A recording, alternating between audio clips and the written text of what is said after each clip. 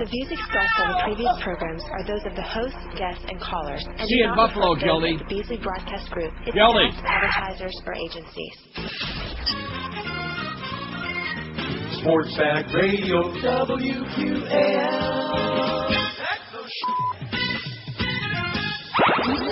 Yo, I'll be Madonna's baby. Now, I traveled back from the future using my Samsung time machine to tell you all to leave my mama alone. She may have stole me away from my daddy, but she done be taking good care of me for the last 30 years. I got this here solid gold Dagmar bra to prove it. And don't you be making fun of the flakes in my lips. I got me two separate ones, cause I'm Jewish too. Now you listen to me. I had it up to here with y'all saying wealthy, spoiled, and whining celebrities ain't got no business raising a child. Up to here. Oh, in case you're wondering, W, he still be in the federal pet. Now, he may be old, but the stem cell treatments keep his old ass alive.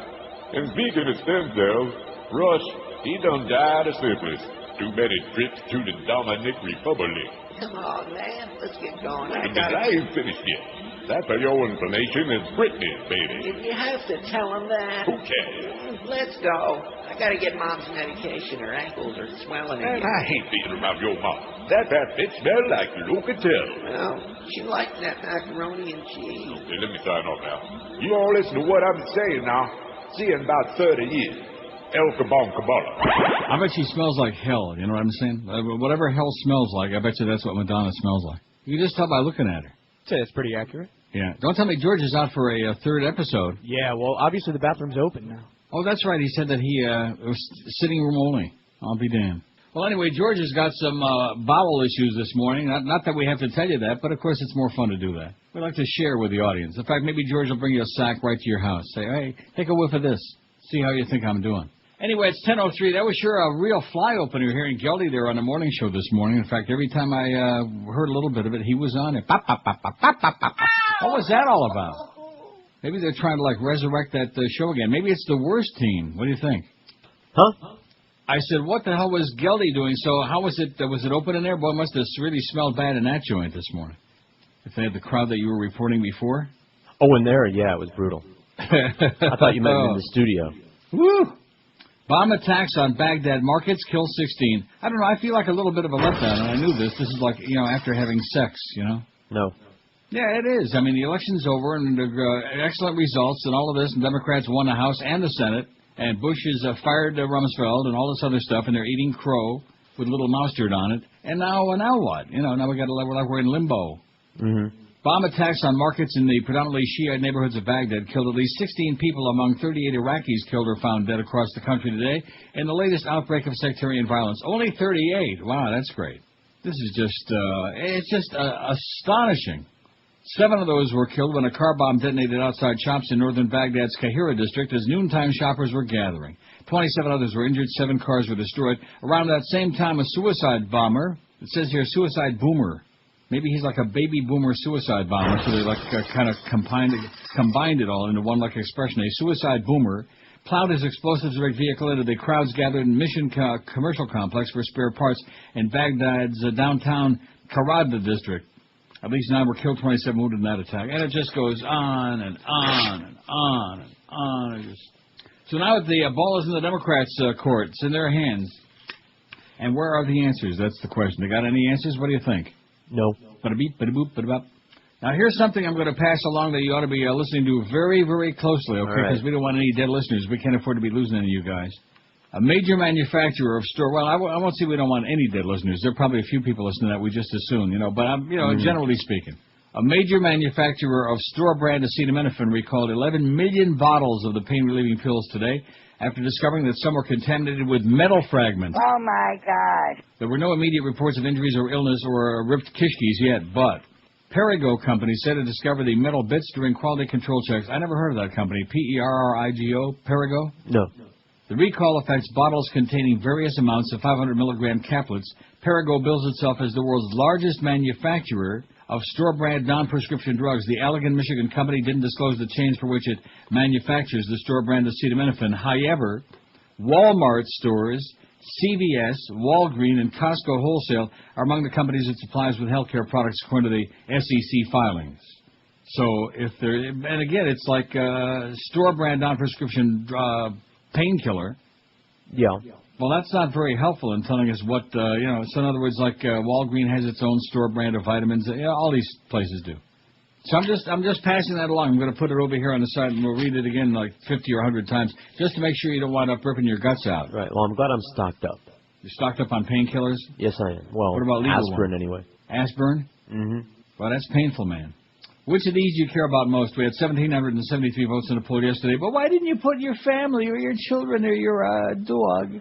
Because we didn't feel like it. That's why. Because it didn't. That would be too obvious. It wouldn't make the point that we were trying to make. What was the point we were trying to make? I forget. To get a poll on that day. That's right. To find some crap to put on there and say, hey, here's another poll. We didn't do this one before. In fact, we could do that poll every day. Which of these do you care about most? And just put like 6 different things on there. Like the weather, your ass, your mama. Anyway, which do you care about most? My income, 779. Boy, this is a money-grabbing crowd. They ought to take a page from your guys' book. You guys don't care most about money because you don't have any. Right. Like to have some. By the way, I did not win the Canadian 649 Lotto last night. There were 4 winners, each one just under 10 million. It was almost 40 million total pot. And if I would have been, I'd have been pissed off. I mean, I would have been very happy to take the 10 million. Don't get me wrong, and I sure wouldn't be here today. I'd be taking several days off, like for years. But if you're expecting to win 40 million, I mean, I could, like if there were 2 winners, so 20 million apiece. 20 million tax-free isn't a bad number, even Canadian funds, right? Right. But you're expecting, I think I just won 40 million. Then you find out a couple hours later that there's like 3 other winners, and you won like a little under 10 million. I'd throw it back. Sure, I don't want it now. I'd throw it back like a fish that's too small. Here, take it back, stick it. Anyway, my income 779. That's 44%, almost half. My sex life 360. My health 285. I hate this poll just 122, a mere 6.8%. Politics, as Chris Matthews would say, politics 69. He's just, he annoys the hell out of me. I don't know about you, but I just dislike him intensely. Chris Matthews? Yes. Yeah, it bugs me. Politics 69, the National Football League 65, my faith 58. The NFL even transcends this heathen crowd's faith. What does that tell you, huh? The National Football League. Don't forget the Dolphins host Kansas City this week, and then they'll show you their true colors, I think. Kansas City's not really that good anyway, are they, Josh? They're like, they're in and out. They're pretty good, buddy. Well, excuse me. I thought, what's his name? What's the quarterback? Like 42 I thought he was injured. points on the Dolphins. I'm thinking about Trent 42. Green, isn't that their quarterback? Well, now it's Damon Heward. Well, that's because he's Damon Heward from Notre Dame? I don't know about that. Or am I thinking of John Heward from 80 years ago? See, there I go with that old stuff again. I don't know. My faith 58, and Iraq only 35. Iraq's at the bottom of the pile. They're just, they're burned out on Iraq. A lot of dead people, a lot of insanity, a lot of lies. 35 is all they got on Iraq. Maybe that's why we got all them soldiers still over there, is because not enough of you people are pissed off and fired up about Iraq. I'll tell you somebody who's pissed off and fired up about it and arrested again. That's Cindy Sheehan. Boy, she can't catch a break, that poor lady. You go, girl. Activist Cindy Sheehan was arrested yesterday as she led about 50 protesters to a White House gate to deliver anti-war petitions she said were signed by 80,000 Americans. The Berkeley, California woman, whose son was killed in Iraq more than 2 years ago, was arrested along with 3 other women on the sidewalk outside the White House gate, said Lieutenant Scott Fear, a U.S. Park Police spokesman. The only thing we have to fear is Scott. They were charged with interfering with a government function, he said, the function at the junction. Before she was arrested, she joined the protesters in hailing the outcome of the elections and chanting, "Stop the war," outside the gate. Stop the war! Stop the war! What do we want? I don't know. It was taking too long for them to decide whether to accept or not, so we just delivered them to them, said Sheehan, who waited about 15 minutes with other protesters before tossing the petitions over the fence. Oh, you can't be doing that. Don't be tossing over the fence. The petitions opposed use of military force to resolve the dispute over Iran's nuclear program. She and 49 other grieving families met with Bush about 2 months after her son died, before reports of faulty pre-war intelligence surfaced and caused her to speak out. She's tried repeatedly to speak with the president again, including that 26-day vigil last year outside Bush's ranch in Crawford, Texas. You know Crawford, Texas? Yeah. You know that Klan that hangs out there? That's Klan with a K? Wednesday's protest came as Republicans lost control of the House and the White House and the Senate, and the White House announced resignation of Airmont Goering Rumsfeld. He's being offered as a sacrificial lamb, Sheehan said. Big fat lamb, if you ask me. Donnie Rumsfeld. Fat, phony lamb. But nevertheless, she's got a good point. Well, you go. You keep hanging it, honey. You keep hanging in there. She's got a big pair. I'll tell you who else has got a big pair is that Bulldyke Donna Shalala at the UM. She's apologizing again. Do you see that, Josh? She's apologizing for the UM fans' behavior. Why don't they just stop at that whole university? Shut it down. Shut that baby down. Not just the football program. Shut the whole campus down. Stop with all the pretense there being an institute of any kind of learning, much less higher. George says the only kind of higher is when he drops off some goods. Sorry? I'm just tired of that whole thing, that whole deal over there. It just makes me nauseous. 988 votes on today's poll. How satisfied are you with the election results? Another election poll? Jesus, Kate Christ, when are you going to get over that? When I'm good and ready. How's that? When I'm ready. We got to bask in the sunshine and the glory of it, man. Isn't that what they say? After you win an election, you bask in the glory of it for a little while. Baskin Robbins. You're looking for glory holes. 988 votes already. That means by the time we come back from the break, we're going to be over 1,000 already. Aren't you pleased as punch? I'm ecstatic, 315. I'm happy, 295. I'm squeezing myself, 232. I still don't care, 74. Not happy, 47. Suicidal, 16. Oh, don't let us stop you, okay? Have a good time. And I hate this poll. Only 9, solamente 9, 0.9%. The biggest names, the best talent. This is what was Geldy doing on there today, for Christ's sake? UAM. We're hopping in the time machine. Won't you come along and dream? No. Here's the golden record from WQAM. Right now. Come and listen to a story about a preacher named Ted, accused of taking meth and having gay sex. And just when you thought he was a super righteous dude, out came some stories that sounded pretty crude. Bad things, that is. Gay escort, snorting meth. Well, the first thing you know, old Ted's a hypocrite. Then in gay love while he was loving it. They said beg forgiveness and drop to your knees, then cry, say you sinned, and ignore hypocrisy. It's 10:18 at 560. So Joe Bell and what's his name, Gorge are going to gorge this afternoon. They're going to lunch together. Isn't that sweet? Or something. I think you ought to have Kenny Walker go along with you guys, and two of you could explain to him. Well, no, you could explain to him right in front of Joe that they're trying to kill off that show, and doing a hell of a job, if you ask me. Why in God's name? And you say, well, it's hockey season, isn't it? Yeah, that's the point. That's exactly the point. Nobody cares in South Florida about the Panthers, about hockey in general. They couldn't name you like 5 players on that team if you stuck a gun up there. Rectum. Butt ass. So, I just, again, I'm just thinking out loud. It's not my purview. It's not for me to say. Remember Johnny Mattress, the African Queen? It's not for me to say. I bet you don't have that. Let's see. On Columbia Records, baby. It's not for me to say. Chances are Johnny Mattress, the African Queen. But nevertheless, she could really belt out 18th of an ounce of sound, that girl. Oh, I don't have that. What is it?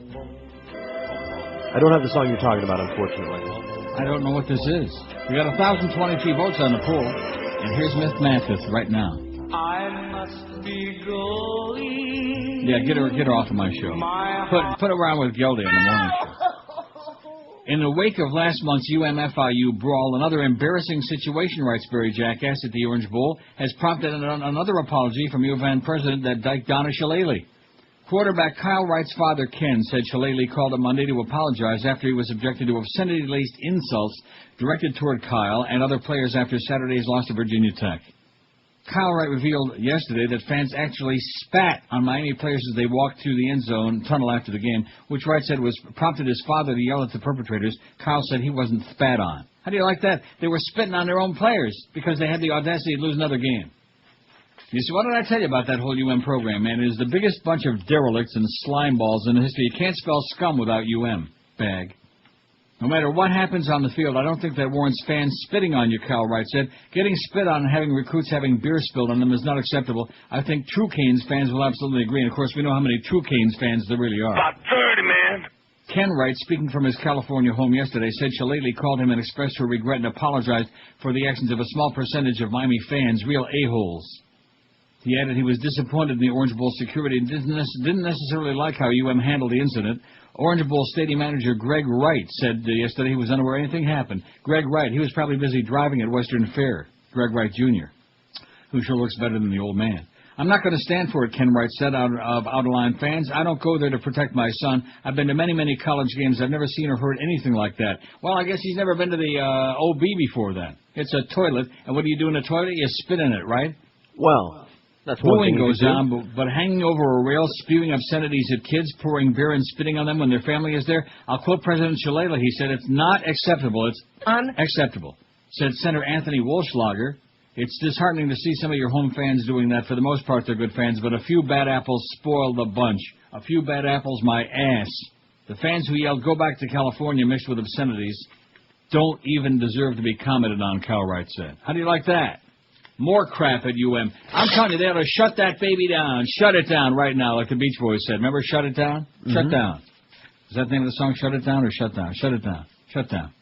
See, I'm stalling for it. It's on Capitol Records, Beach Boys. Nice job stalling. Yeah, we're stalling. Okay, it's enough. Shutdown is I know what it's called. Just relax. I know my Beach Boys crap, mister. You're talking to a Beach Boys expert in spite of the fact that you want to get to that whole Marvin Gaye thing again. And now that we got Ben Harper, who the hell needs Marvin's Gaye anyway? That's right. You know what I'm saying? He's dead. Won't see him no more. Yeah, that's right. Who needs Marvin Gaye? Anyhow, that we got Ben Harper around. Anyway, here's they're at it again, and we're passing this along as another public service to your close personal friends at QAM. I'm going to fart so loud here in a second that it's going to blow the whole window out. Well, stand up and turn around. Too late.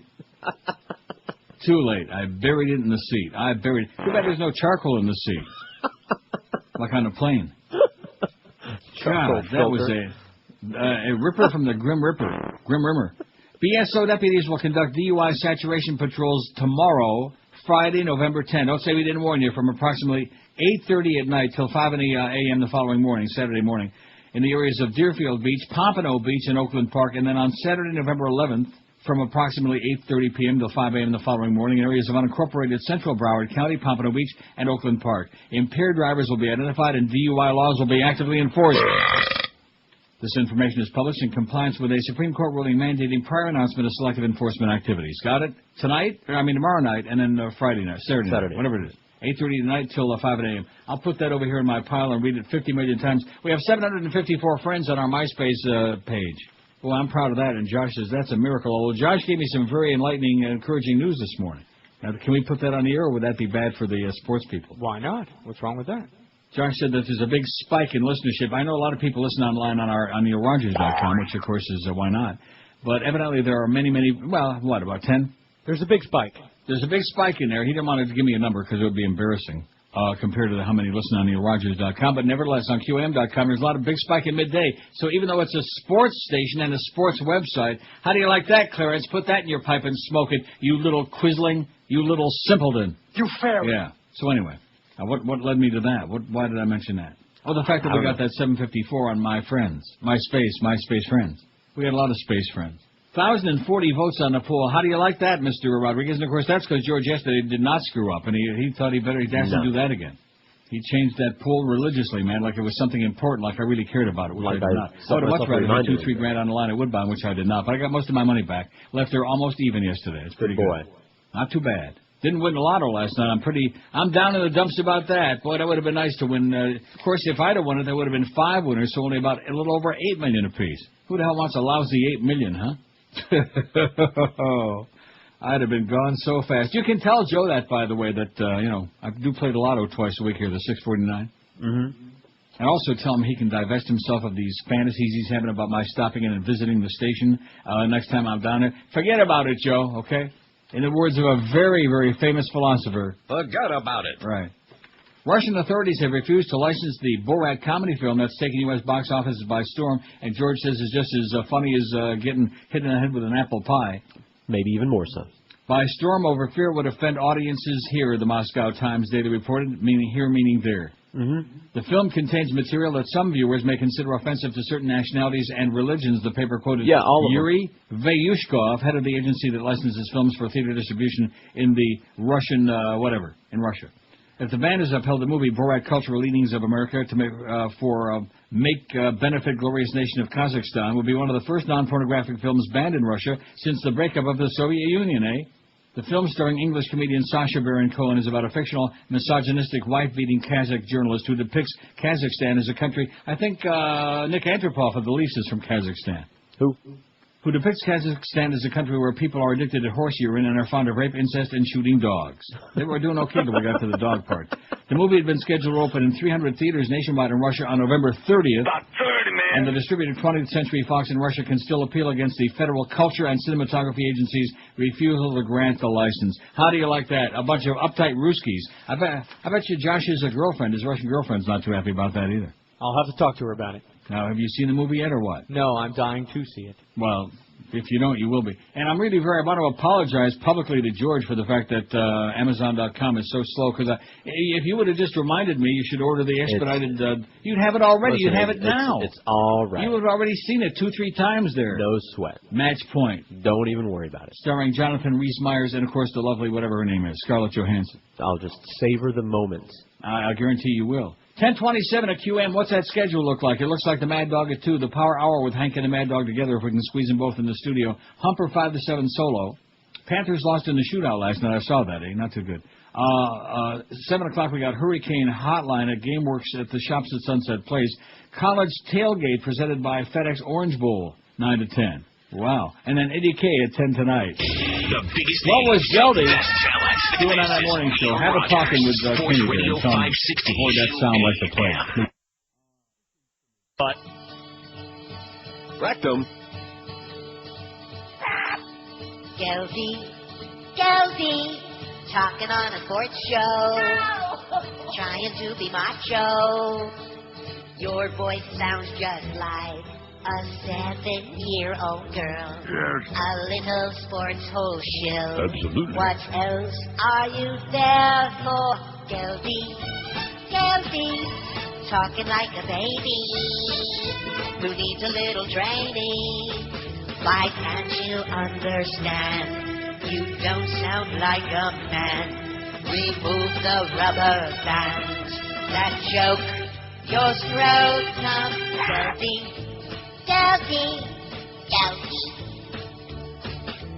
Geldy, your lucky management don't care. 'Cause Geldy, you don't belong there on the air. And Geldy, the sports can't wait till your voice cracks. 'Cause anyone who sounds like that should find another job. And they should only take you back when both your BBs drop. Oh, Geldy, when you gonna grow up?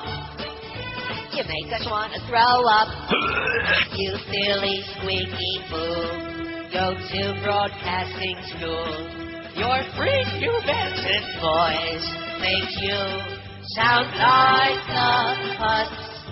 You're a putz. You're a putz. You're a Geldy, who was on the morning show much too long this morning. I have no idea when he came in there or what it was all about. It must be another Clarence mandated thing, because we were told by a little bird on the wall yesterday that Clarence is the one pulling all the strings on the morning show, which is why they had a .9 in September. You better have a little chat with Kenny Walker again and tell him if he wants any chance to succeed in there, he better butch up a lot. You know what I mean? He better come in with an Uzi on Monday. I've said what I had to say about it. And he can't do nothing anyway. He already found that out exactly. So yesterday. there's no point me talking to him anymore. Well, look, he's a good guy, and he's got a wife and a family to support. And you ought to go in there and say, listen to me. Don't listen to that Vocamper, that big toad, and certainly don't listen to Clarence, that little weasel, that sports nerd who sits home sniffing jockstraps all night. God.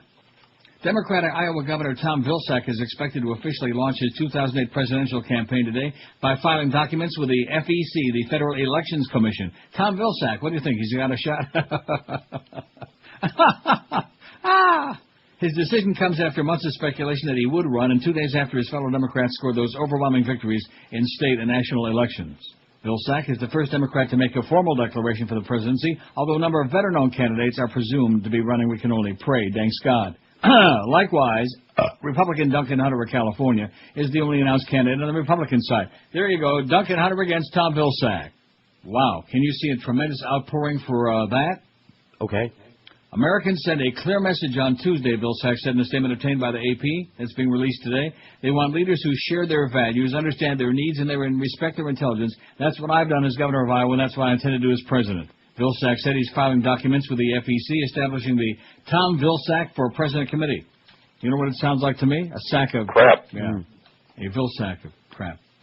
He plans a multi-state tour on November 30th to formally announce his intentions. The first stop will be in his hometown of Mount Pleasant, where he served as mayor, in which he represented in the Iowa Senate before being elected governor in 1998. Iowa. I don't know. Iowa's just not one of those states that really crosses my mind very often. I don't know why. I know it's right next to Nebraska there, right across from Omaha. Yep. I like Omaha. I've told you that many times. Yes, you have. Nothing wrong with that. Well, I don't place. think much about Iowa either. Never even crosses my... Doesn't come now, up. once in a while, I think of Tom Harkin, the outspoken, foul-mouthed Democratic senator from Iowa. He's a good guy.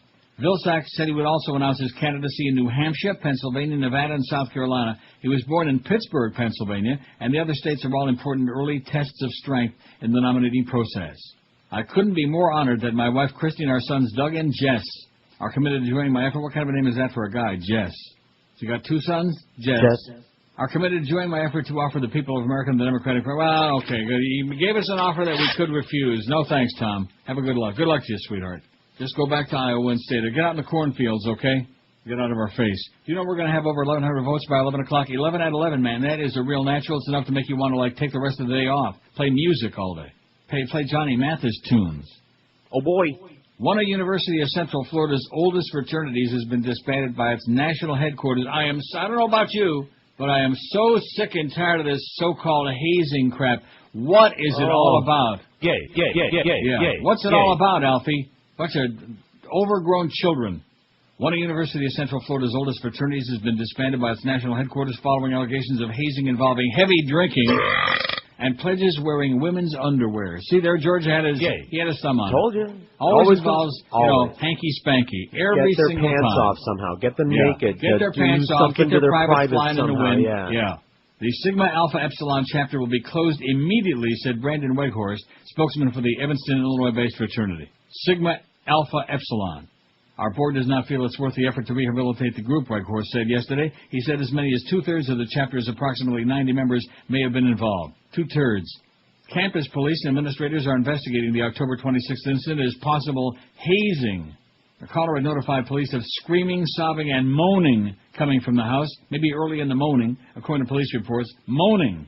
Police said they found pledges crawling on their hands and knees, wearing items such as diapers and women's underwear. 3 men were taken to a hospital, and the house smelled of beer, urine, and vomit. Vomit! The chapter, after school since the university opened in 1968, was previously suspended for a year in 2003 for suspected hazing.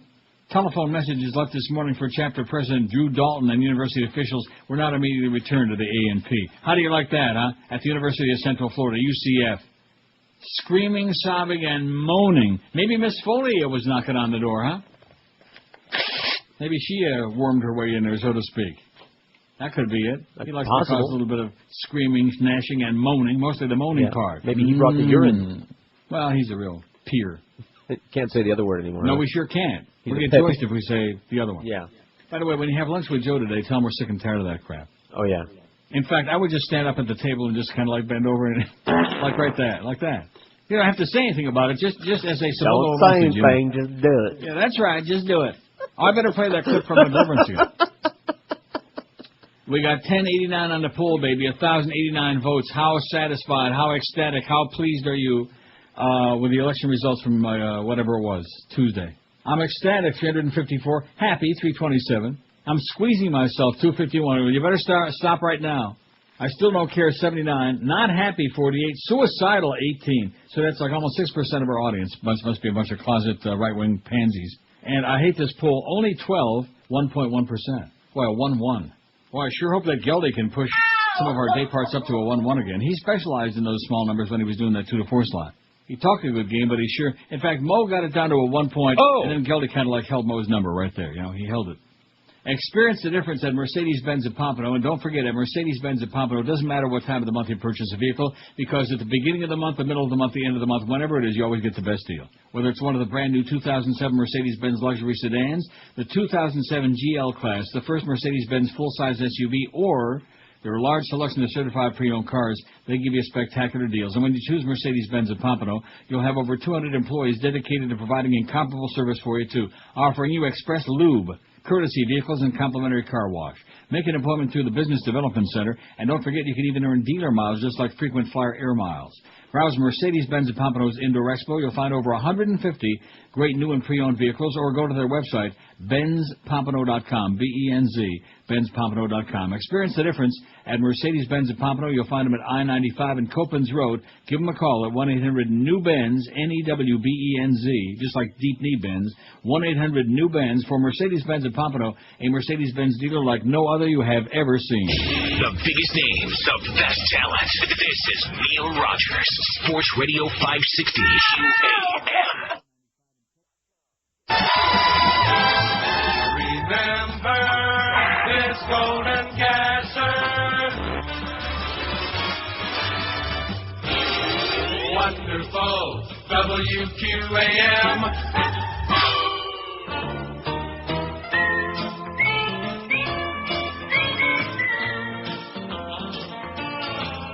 Now all us rednecks sure love incest. 'Cause sex just ain't as good unless it's family. Because all us rednecks practice incest. Now I'm my only uncle and it worries me. My Aunt Esther took me with her back to her double wide. What a deal, ain't got no wheels, and inside smelled like something died. She kissed my cheek and winked her eye and said, we're all alone in the house. But I got sick when she gave me a kiss, chewing tobacco in her mouth. All us rednecks sure love incest. All right. 'Cause sex just ain't as good unless it's family. Because all us rednecks practice incest. So come meet my new wife, she's my niece. I just got me a farm with horses, chickens, cows, and pigs. A 4x4 that I adore, with tires that are too damn big. The rear window, it has a gun rack, that's where I keep my gun. A rebel flag and my wife in the back. My neck is red from too much sun. All us rednecks sure love incest. 'Cause sex just ain't as good unless it's family. Because all us rednecks practice incest. My sister is the one over there with the dirty knees. At reunions it's hard to choose who's got the nicest tooth. You fairy. And I don't like the way my daddy has been watching me. 10:48.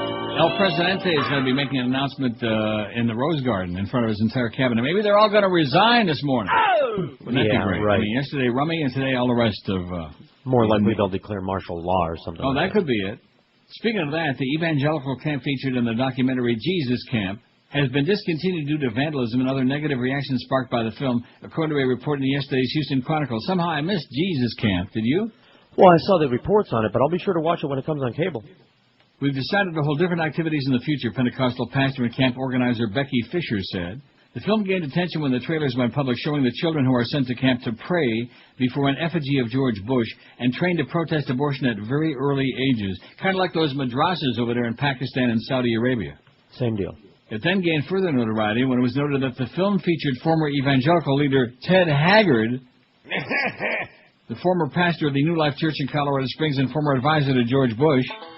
Come and listen to a story about... After admonishing homosexuals in the documentary, was involved in the gay sex and drug scandal. In the following video clip, and here it is, you look at it. See that? There it is. Haggard seen condemning homosexuality. Immediately below is the film's trailer. How do you like that? I'm looking at it right now. Oh, gee, there's Pastor Ted. At any rate, no more Jesus Camp. That thing with Rednecks Love Incest, that's basically, that's what America's all about. Mm-hmm. Democrats and rednecks. I'm sure that there are some Democratic rednecks. Few. Oh, yeah. Republican Joe Negron had a lot to overcome as replacement candidate for disgraced former Representative Miss Mark Foley. For starters, Foley's name remained on the ballot in Palm Beach County. I'll be danged. Negron, who had just more than a month to campaign, tried to make the best of the situation. He even came up with a catchy campaign slogan, hoping to get his message out, "Punch Foley for Negron." Give him a big punch, a Hawaiian punch, or whatever kind you like. But it wasn't enough. Democrat Tim Mahoney ultimately edged him out by a narrow margin. I'm proud I stepped in and ran a 5-way campaign for a congressman who stepped down in disgrace, Negron said.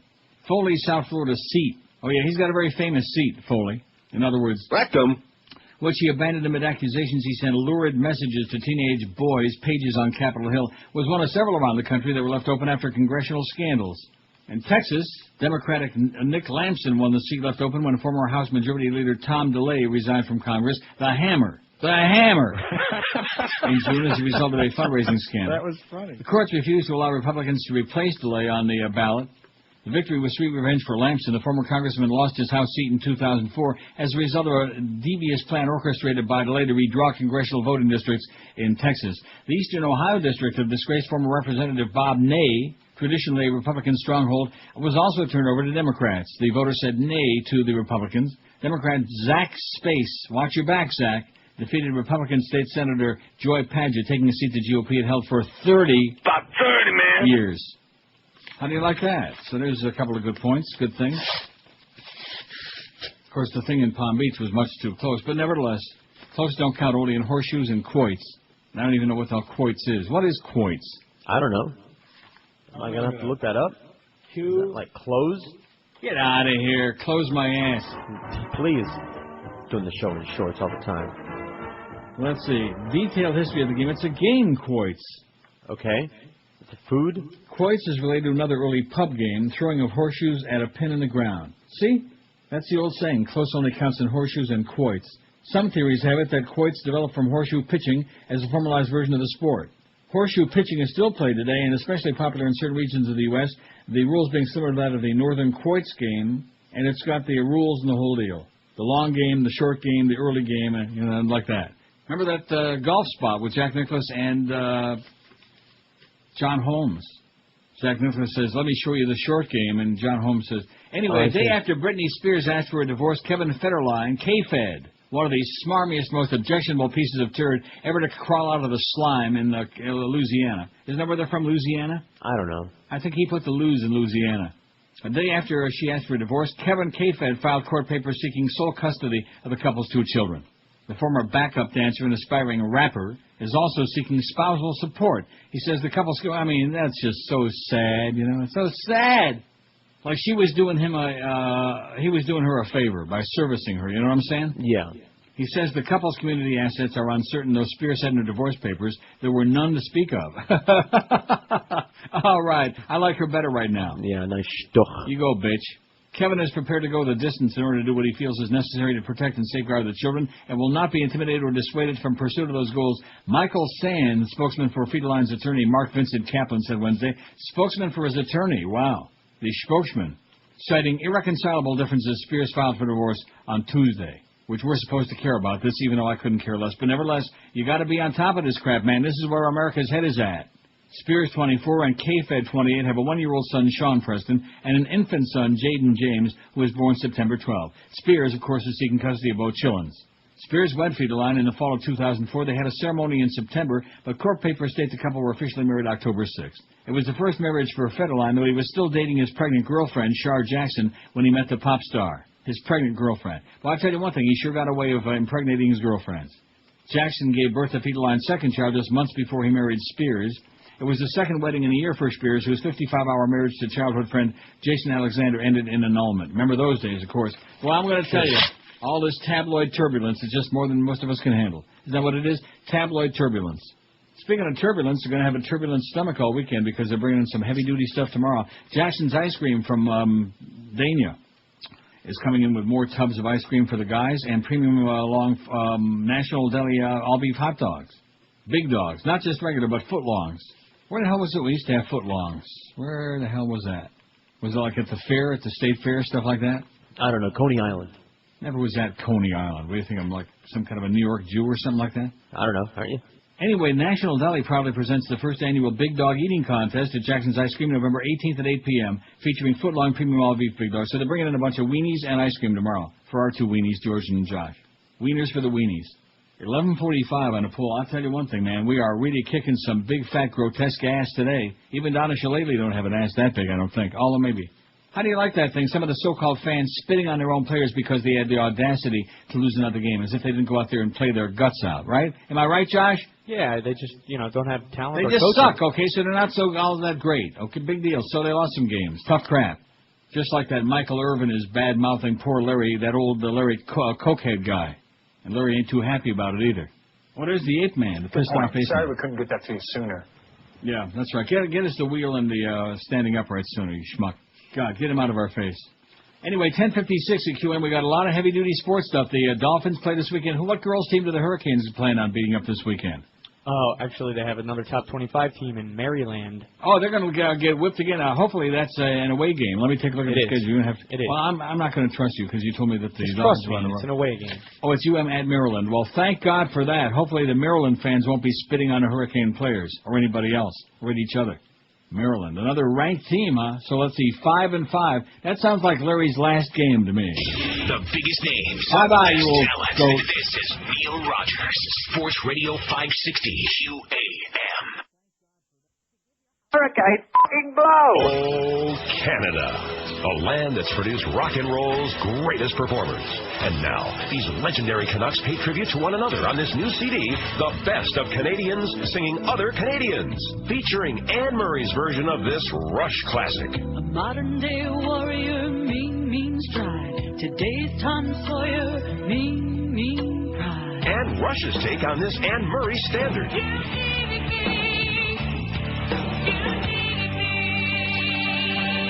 The Best of Canadians Singing Other Canadians has all your favorite singers from Z to A, like Celine Dion's rendition of this Neil Young number. Old man, look at my life. You're a lot like my husband Rene, no? Neil Young singing Celine Dion's biggest hit. I know that my heart of gold will go on. But that's not all. There's Shania Twain singing Bryan Adams, Crash Test Dummies doing Alanis Morissette, Snow rapping the Guess Who, and Gordon Lightfoot performing this Bare Naked Ladies smash hit. It's been 1 week since you looked at me, tossed your head to the side and said, I am angry. Pick up your copy of The Best of Canadians Singing Other Canadians. The Great White North has never been so great, or for that matter, so white. It's 11:02 at 560 WQAM. Happy Thursday to you, November 9. Honor of Robert Creeper, it's November 9. Uh-huh. Now, is he the one that told you that spilled the beans about that whole thing with the morning show? No. Represented, don't tell me it was the Beast. He wasn't even there. Maybe it was Toast. You're Toast. Okay, yeah. Representative You're such a putz. It's just pathetic. You know? Stop giving up my sources, man. Representative Charlie Rangel, the incoming chairman of the Ways and Means Committee, revealed yesterday that he's got his eye on Capitol Hill office space now held by the man he recently called a son of a bitch, Vice President Dick Cheney. Mr. Cheney enjoys an office on the second floor of the House of Representatives that historically has been designated for the Ways and Means Committee chairman, explained Rangel, who vaulted to the top slot of the tax writing panel, one of the most powerful in Congress, when Democrats rolled over the GOP to take control of the House Tuesday. I talked to future House Speaker Pelosi about it this morning, a giddy Rangel told a crowd during a news conference at his Harlem office yesterday morning. I'm trying to find some way to be as gentle as I can to restore the dignity of that office, chuckled the dignity of that office. You gotta go, meaning El Vice Presidente. In Rangel's debut news conference as Ways and Means Chairman-in-Waiting, he dismissed GOP claims that he's been tinkering with Bush's tax cuts before they expire in 2010, or set on letting them lapse in 4 years. At my age, 76, I don't buy green bananas, he said. Bush won't be around in 2010. We don't know what the economy is going to look like in 2010, so let's get on and see what we can do, he said. And he dismissed the Republicans' campaign talking point that he would suspend military funding to halt the war in Iraq. I want to make it clear that no member of Congress is prepared to cut funds that would put our brave men and women in jeopardy. What stops the war are the American people, he said. Despite his jab at Cheney, Rangel vowed to work across party lines to tackle issues such as Social Security. The president's going to have to decide whether he wants to be a lame duck president, he said, if he wants to reach across the aisle. We, too, would like to show that the country wants bipartisanship, Rangel added. Still, he couldn't resist taking a shot at Bush's immigration reform plan, calling a guest worker program as close to slavery as you can legally get. Rangel's getting the last laugh in a nasty war words with Cheney. Down the closing campaign stretch, Cheney ridiculed Rangel as an irresponsible tax lover who wouldn't extend a single one of the tax cuts. Rangel blew his stack when Cheney told Fox News Channel, Charlie doesn't understand how the economy works. He's such a real son of a bitch, he just enjoys confrontation, Rangel snapped to the Post, talking about your vice president, Dick. 1,170 votes on the poll. We had Geldy on if you missed our morning show, the Kenny and Bo morning show. Hopefully it won't happen again anytime soon. Well, he's off to Buffalo with the team. Good place for him. Maybe they'll leave him there. Maybe they'll leave him in Depew. They'll hear that voice, and they'll all be going, oh. It's just amazing, isn't it? Just mind-boggling. Sorry, what? Exactly. Enjoy your lunch today. Did you find out where you're going yet, or is this going to be a big No, it'll be a mystery? surprise. We'll probably go to Tootsie's, get some lap dances for lunch. Walmart has told its employees that it's okay to once again greet shoppers by saying Merry Christmas this holiday season instead of the generic Happy Holidays. How do you like that? And, of course, it kind of fits in because Walmart is strictly for Goyim. Yahoos. CNN confirmed that Walmart will announce today that it plans to use the phrase Merry Christmas in products and around its stores this holiday season. Another reason not to shop there. The announcement comes a year after religious groups such as the American Family Association and the Catholic League boycotted retailers, including Walmart, last holiday season for excluding the word Christmas from products sold in stores. We quite frankly have learned a lesson from last year, Walmart spokesman Linda Blakely told the USA Today in a separate report. We're not afraid to use the term Merry Christmas. We'll use it early and we'll use it often. We want those Goyim back, she said. Besides resurrecting its Christmas pitch, the retailer is also determined to be the leader in this year's holiday price wars. The November-December holiday shopping period is a critical time for merchants because it can account for as much as 50% of their profits and sales. 50%. To that end, Walmart was the first out of the gate to top prices on toys and electronics, much ahead of its competitors like Target, Toys R Us, Costco, and others. To support its Christmas deals, the report said Walmart will launch TV ads next week that trumpet Christmas. We're for Goyim. It's changing the name of its seasonal decoration department to the Christmas shop from the holiday shop. In other words, if you're celebrating Hanukkah, Chabdir and Drir. Moreover, Walmart stores will play Christmas carols throughout the holiday period. About 60% more merchandise will be labeled as Christmas rather than holiday items, the paper said. How do you like that? How about those Chinooka carols? When are they going to start at Walmart? Right? Absolutely. I'm going to start singing some in the parking lot. The holiday season. Everyone loves Christmas carols. But until now, no one has ever written holiday songs about that other big holiday this time of year. That's right. I said until now. Introducing Hanukkah Carols on CD. Hanukkah is always right at Christmas. This ain't something new. If you didn't know it, then you're not a Jew. Hanukkah Carols on CD spins like a cradle as it gives you hours and hours of holiday music to get you into the other spirit of the season. On the 8th day of Hanukkah, my mother gave to me 8-ounce chopped liver, 7 slabs of corned beef, 6 potato latkes, 5 years of guilt. If you're tired of the old traditional songs of the holidays, here's a whole new tradition you'll get tired of almost before you know it. You better buy gifts and get them on sale. You know how we hate to pay retail. Hanukkah is coming to town. Hanukkah Carols on CD. It's the holiday collection you just can't pass over. But you won't be hearing no Hanukkah carols at Walmart, I'll tell you that. Because they've decided to really pander to the Goyim. Well, that's okay. There's a lot more Goyim than there are Jews, so I guess it just fits in with their business practices anyway, right? Right. So pull your trailer right up there to the side of Walmart and have yourself a gay old time. 1,180 votes on the poll. We're going to be way over 12 at 12, man. We're on our way to like a spectacular, unbelievable number today. And Josh says we're kicking serious ass. We got at least 5 people listening online on QAM.com. Wait till that website really gets put into shape, right? That's right. Of course, you got a long wait. No, not really. Republicans had hoped the midterm election would brand 2006 as the year of the black Republican. Guess what? Didn't happen. Didn't happen. With high-profile losses in Maryland Senate race and in contest for governor in Ohio and Pennsylvania, prospects for Republican gains among black voters turned up short this year and gave scant hope for 2008. One thing about the dark folks, man, they know which side their jam is buttered on. Republican Michael Steele, Maryland's lieutenant governor, lost to Democrat Representative Ben Cardin by nearly 10%. Ken Blackwell, an obnoxious conservative darling who would have been Ohio's first black governor, who helped to fix Ohio for Bush in 2004, lost by nearly 24%. And Lynn Swan, another dumb jock, failed by 21% to secure the Pennsylvania governor's office. Lynn Swan. The 3 black Republicans were touted as a new face for the party, which has been perceived as predominantly white for years, but Republicans have vowed and continue to vow to change that. Good luck to them. They'll need it. History will show these candidates represent a new breed of Republican leaders, said Tara Wall of the Republican National Committee. This is just the beginning.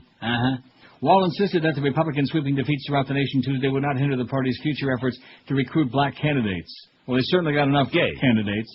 The RNC had scheduled more than 100 outreach events to mobilize black voters, more anticipated during the 2008 election. Ron Walters, former campaign official with the Reverend Jesse Jackson, and now a professor of government and politics at the University of Maryland, said Republicans have to identify candidates based on issues, not just on skin color. What a concept.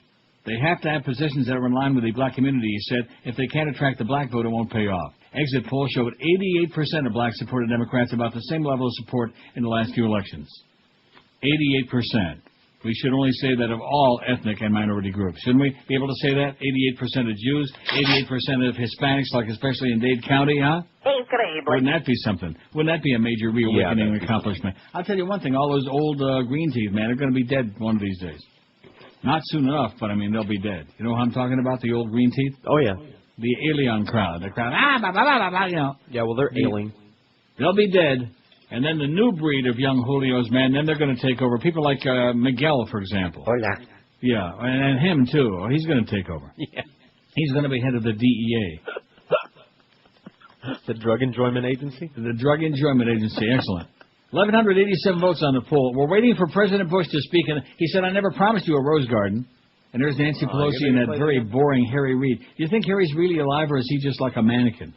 Man, there's so many of these guys. Talk about stiff. Like I said, beg your pardon. Who was that, Lynn Anderson? Yes. I beg your pardon. Isn't she dead?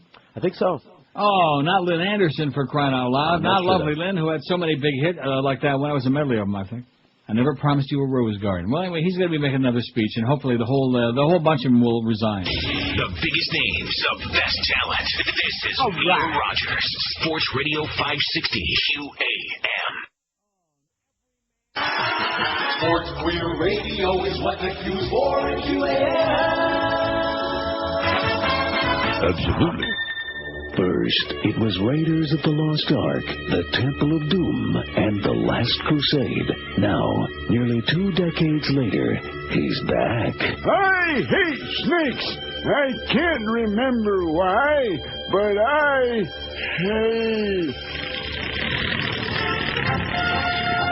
Hey, turn that music down! Harrison Ford returns in Indiana Jones and the Geezers of Doom. I'm going to hit you with my whip. Stand still now. That didn't hurt. Oh, yeah?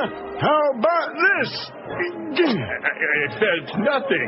AARP Pictures presents Harrison Ford in the 4th installment of an ancient movie franchise, Indiana Jones and the Geezers of Doom. No! That giant boulder's rolling right for us! Everybody run for your life! Ouch! Indiana Jones and the Geezers of Doom.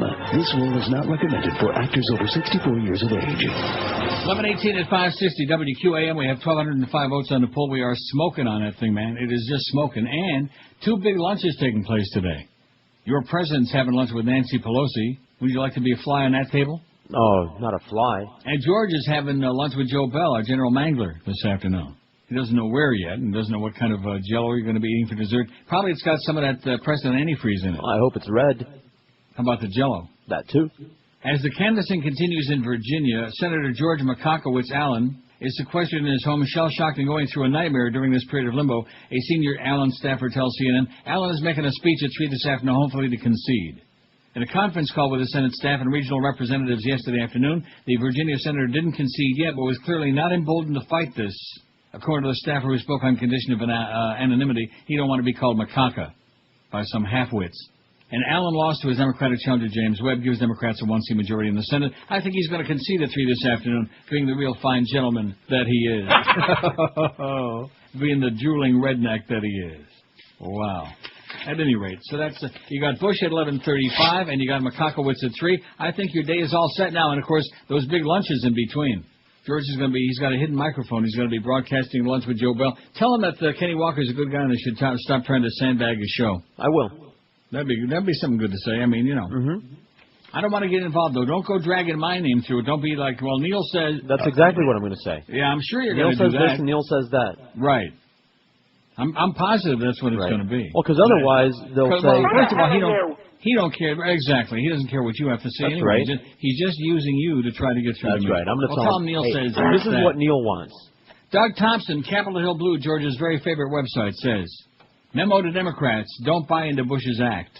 That's what cynical Doug says. He says President George W. Bush decided before Tuesday's midterm elections to fire Defense Secretary Rumsfeld, but lied once again to the press and the American people about his intentions. Bush admitted yesterday that he interviewed former CIA Director Robert Gates over the weekend for Rumsfeld's job and said he intentionally misled reporters last week about the Defense Secretary's future to avoid making the Iraq War more of an issue in the election. More of an issue? The Iraq War and Bush's mishandling of it was the issue in Tuesday's rout that swept Democrats back into power in both the House and the Senate.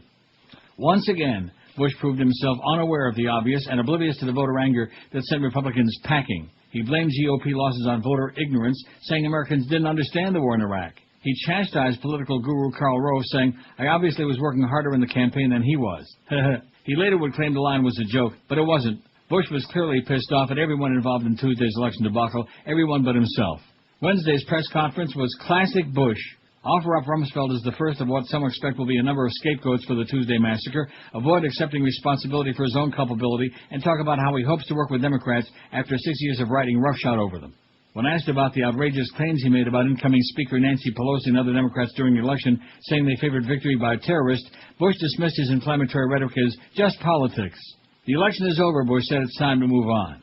Yet it's hard to move on with a president who openly admits lying and then rationalized that as just politics. Bush's disregard for the truth is just one of his many ethical problems and moral lapses. He lives in a delusional world of his own, making a political allegory that mocks morality, ethics, and the law. In his warped mind, all is fair in politics. He and his party proved that over and over again this past election using fear, racism, bigotry, homophobia, and outright lies to try and hold on to power. Now that he's lost, he wants to make nice and demands that the opposition forgive and forget. A recommendation for incoming Democratic leaders Nancy Pelosi and Harry Reid, don't fall for W's act. He's a venomous political snake who will turn and bite at the first opportunity because that's what snakes do. Don't turn your backs on him, don't trust him for a nanosecond, and don't believe for an instant that he serves any interest but his own. George W. Bush proved this past week that he'll sell out anyone, including his own administration and his party's leaders in Congress. If last week he had announced his decision to replace Donald Rumsfeld, it might have swayed enough voters to keep at least the Senate in GOP hands. But Bush, for reasons lost somewhere in his deranged mind, decided to lie to the American people again. It was, in the end, another desperate, unexplainable act by a madman. A madman. Like that. That's your president, baby. That's what Doug Thompson said. Doug is still... I wonder if Doug's coming out of hiding now. I don't think the coast is clear yet. I don't know. It's not. I don't know if the coast is clear or not. 1,218 votes on the poll. Bill Cosby settled suit alleging sexual assault. Remember that? I do. You know, the good thing, it just dawned on me, we don't hear anything about him anymore. Thank God. Well, you talk about somebody who really wore out his welcome. Mm-hmm. Not that I ever liked him in the first place. I never thought he was funny or entertaining or anything, you know. Just too much Jell-O pudding. Bill Cosby settled a lawsuit yesterday with a woman who said the entertainer drugged and sexually assaulted her at his home outside Philadelphia. Terms of the settlement remain confidential, according to a one-paragraph statement released jointly by both sides. Cosby's publicist, David Brokaw, said there'd be no further comment. And speaking of Brokaw, do you notice how NBC trotted old Tom out there? Oh, boy. Wow. A telephone number for the plaintiff couldn't be determined yesterday. She could not be reached for comment. Her lawyer, Dolores M. Troiani, declined further comment. The woman claimed that Cosby, 69, assaulted her at his mansion in Cheltenham in early 2004 after giving her peels. Attorneys for Cosby says the comedian gave the woman Benadryl allergy tablet after she complained of stress and sleeping problems. It was just a Benadryl or 2 or 3. Right, that's illegal now. Well, if you give like 10. The federal judge presiding over the case earlier denied Cosby's request for a gag order and the plaintiff's request to shield the names of a dozen other women who say Cosby assaulted them. Some of the accusations raised by the other women go back for decades, and none have pending lawsuits filed against him. The plaintiff, a native of Ontario, Canada, who's in her 30s, previously worked at Temple. See, I just don't understand that. That's right. I mean, Ontario is a province. It's like, that would be like saying a native of Pennsylvania. I mean, like, is there a city where she's from, or is she just from the province? She hangs around a lot. The Boondocks, unincorporated. Anyway, she's in her 30s, previously worked at Temple University in Philadelphia, which touts Cosby as a trustee and one of its most famous alumni. Real service, real savings. She then filed a lawsuit. Oh, wait a minute, I skipped over something. She went to police about a year after the encounter. Montgomery County prosecutors declined to file criminal charges. She then filed a lawsuit. Cosby, best known as the warm, funny TV dad on The Cosby Show, which really sucked, has sparked debate with blunt remarks on personal responsibility aimed at the black community. In 1997, the year his son Ennis was murdered, the long-married Cosby acknowledged a brief affair with the mother of Autumn Jackson, a young woman convicted of extorting him. The woman said Cosby had given her 3 blue pills that rendered her semi-conscious, then molested her. He's a big pill guy, like you, I guess. She said she awoke to find her bra undone and her clothes in disarray. That's usually a sign of something. Mm-hmm. Cosby, in his legal filings, denied the assault and said he made the woman breakfast the next morning. He described them as social friends who sometimes had dinner together, alone, or with others. They had sometimes had dinner together, alone, or with others. What does that mean? Oh, I see. Either with just the two of them or with a bunch. Like you'll see in Match Point if that DVD ever shows up. I am so frosted about that. You know me, being the big spender, it was only like $12.42 with Don't even sweat it. You've already gone above and beyond. No, I have not. You need to see that. You'll love it. I will. Eventually. Now, I looked today to see the status of my order. It says, delivery expected between November 14th and 28th. What kind of service is that, Amazon.com? And it's my own fault. Plaintiff and he discussed many topics, including basketball, plaintiff's career and personal development, job opportunities, and plaintiff's spiritual beliefs, Cosby said in his answer to the lawsuit. The accuser also sought damages for defamation after Cosby's representatives allegedly suggested her family had asked him for money before going to the police. A little blackmail, a little bribery there attempted. What they said. We don't believe that for a second, do we? I don't know, and I don't care. Who cares about Jell-O pudding and Bill? Jell-O pudding. What kind of people eat Jell-O pudding? I don't know. Go ahead. Lots? Okay. 1,229 votes. How satisfied are you with the election results? And the majority of this crowd, of course, are squeezing themselves and each other. The biggest names, the best talent. This is Neil Rogers, Sports Radio 560 QAM. George Bush doesn't care about black people. I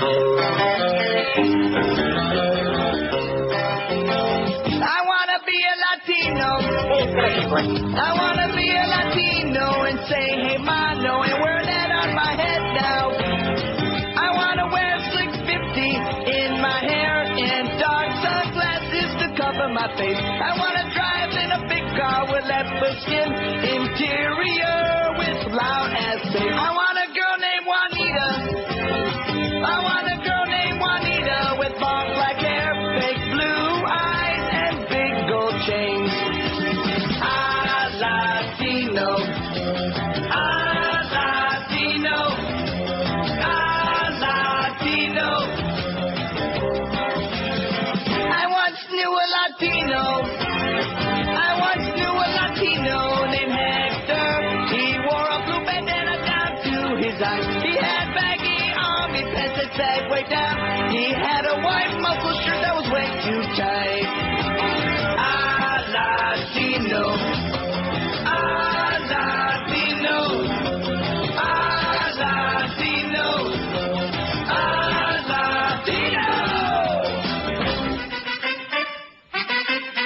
Ay, Dios mío, esos carros. So El Presidente's very short speech is over. You know how many words he spoke? About 30, man. Hurt his party, the lack of it, with terrorist surveillance. Congratulate the Democrats on their victory, put the elections behind us and are behind, and work together and all this other crap.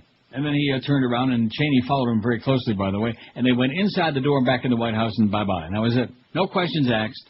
1,239 votes. I just mentioned that because there may be people thinking that he had something cataclysmic, something muy importante to say. And did he? No. He says the American people expect us to rise above politics. Well, when did that start? When did that start? That's funny coming from him. Yeah. That's just probably like throwing a fig leaf to the Democrat Party, as he calls it. The Vatican has condemned a gay pride parade due to be held in Jerusalem tomorrow. And that can't be the gay pride parade where the Farbissen, those Orthodox Jews in Israel, were saying they were offering a reward to kill any fags. That must be the one. The Vatican has condemned a gay pride parade due to be held in Jerusalem tomorrow as offensive to religious believers and urged Israeli authorities to stop it taking place. How do you like that? Talk about, here's the Nazi Pope who's now giving dictates to Israel. Boy, does he have a lot of chutzpah. Yeah, paparazzi. It is with bitterness that we've learned that the day after tomorrow, November 10, 2006, there is scheduled in Jerusalem a so-called gay pride parade, the Vatican said in a statement issued yesterday. In a letter to Israel's foreign minister, the Vatican urged authorities to withdraw permission for the parade, which is expected to attract up to 8,000 peepholes. The Holy See has reiterated on many occasions that the right to freedom of expression, sanctioned by the Universal Declaration of Human Rights, is subject to just limits. In particular, when the exercise of this right would offend the religious sentiments of believers, the letter said. It is clear that the gay pride parade scheduled to take place in Jerusalem will prove offensive to the great majority of Jews, Muslims, and Christians, given the sacred character of the city of Jerusalem. Gay pride festivals have been held each year in Jerusalem since 2001, but this year's vigor and with international participation has caused greater outrage than before. Ultra-Orthodox Jews dressed in black suits and hats have protested in the city, burning tires and pelting police with stones. Organizers say the parade will promote understanding, tolerance, and open-mindedness. Right.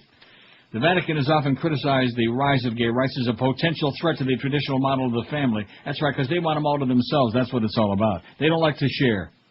That's one thing about this Pope, man. He wants every for himself, especially that Swiss Guard.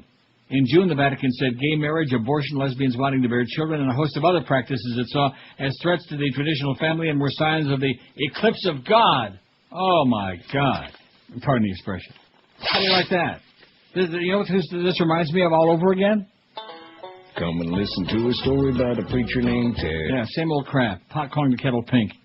I mean, the world's biggest closet, the Catholic Church.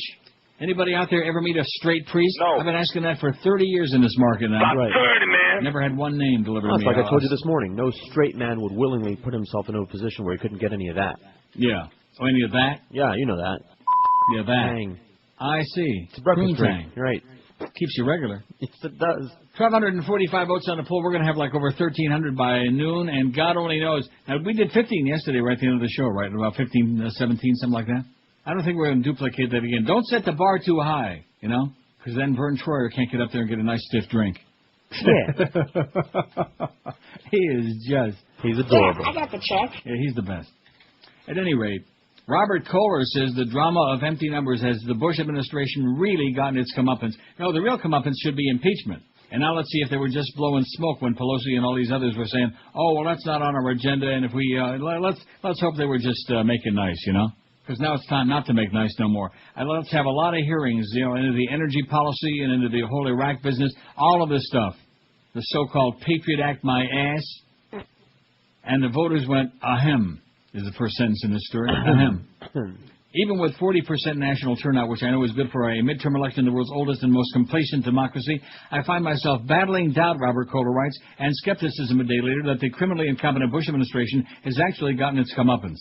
At the very least, I know that those of us who want to reclaim the country still have a lot of work to do. Our celebration at wresting back the House and maybe even the Senate will have to be a brief one. Not maybe, and the House and the Senate. See, when he wrote this, it was still up in the air, but it's not up in the air anymore. I think Alan Makakowicz will concede at 3 this afternoon.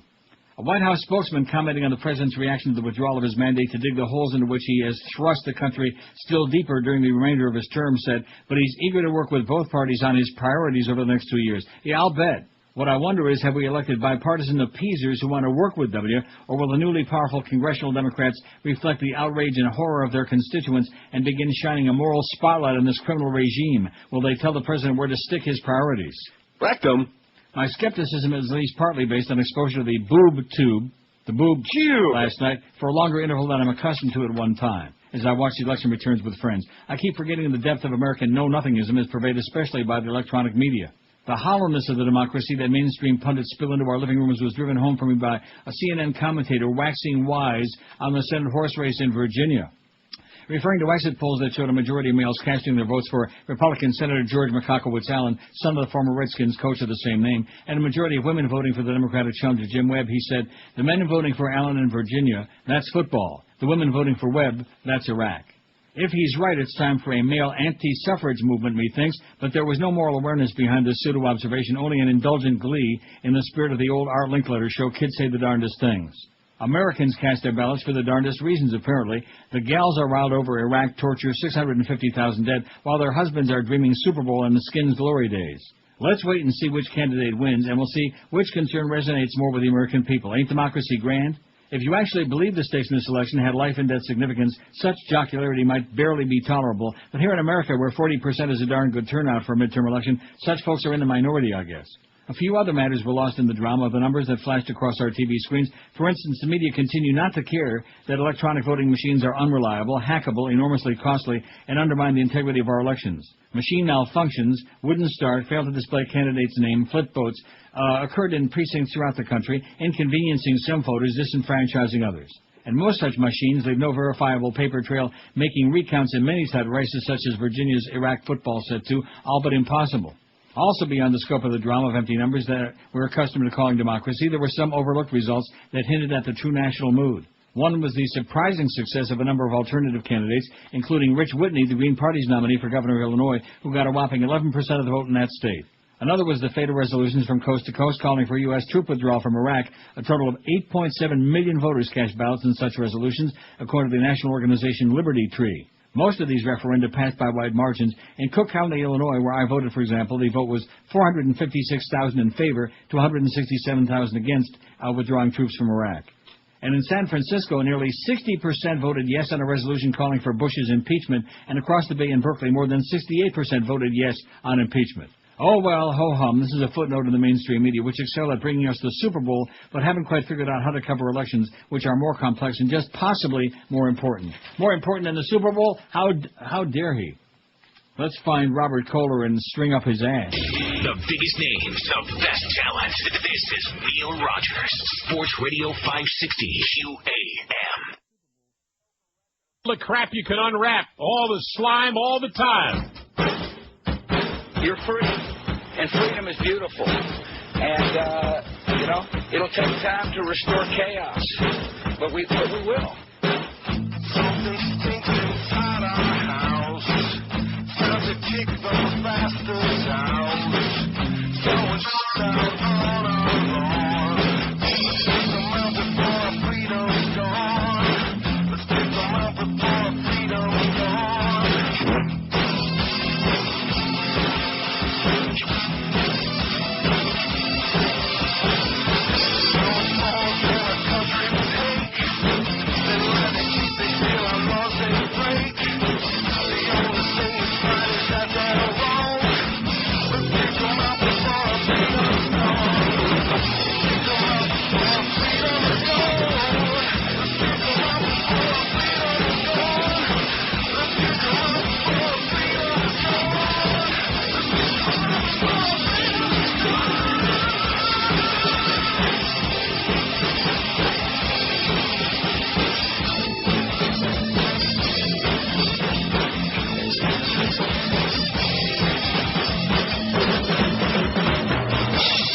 .47, 13 to noon on a great Thursday, man. It's a wonderful day for the Irish, the Jews, the Goyim, everybody else. And even the Muslims, man, even the ragheads.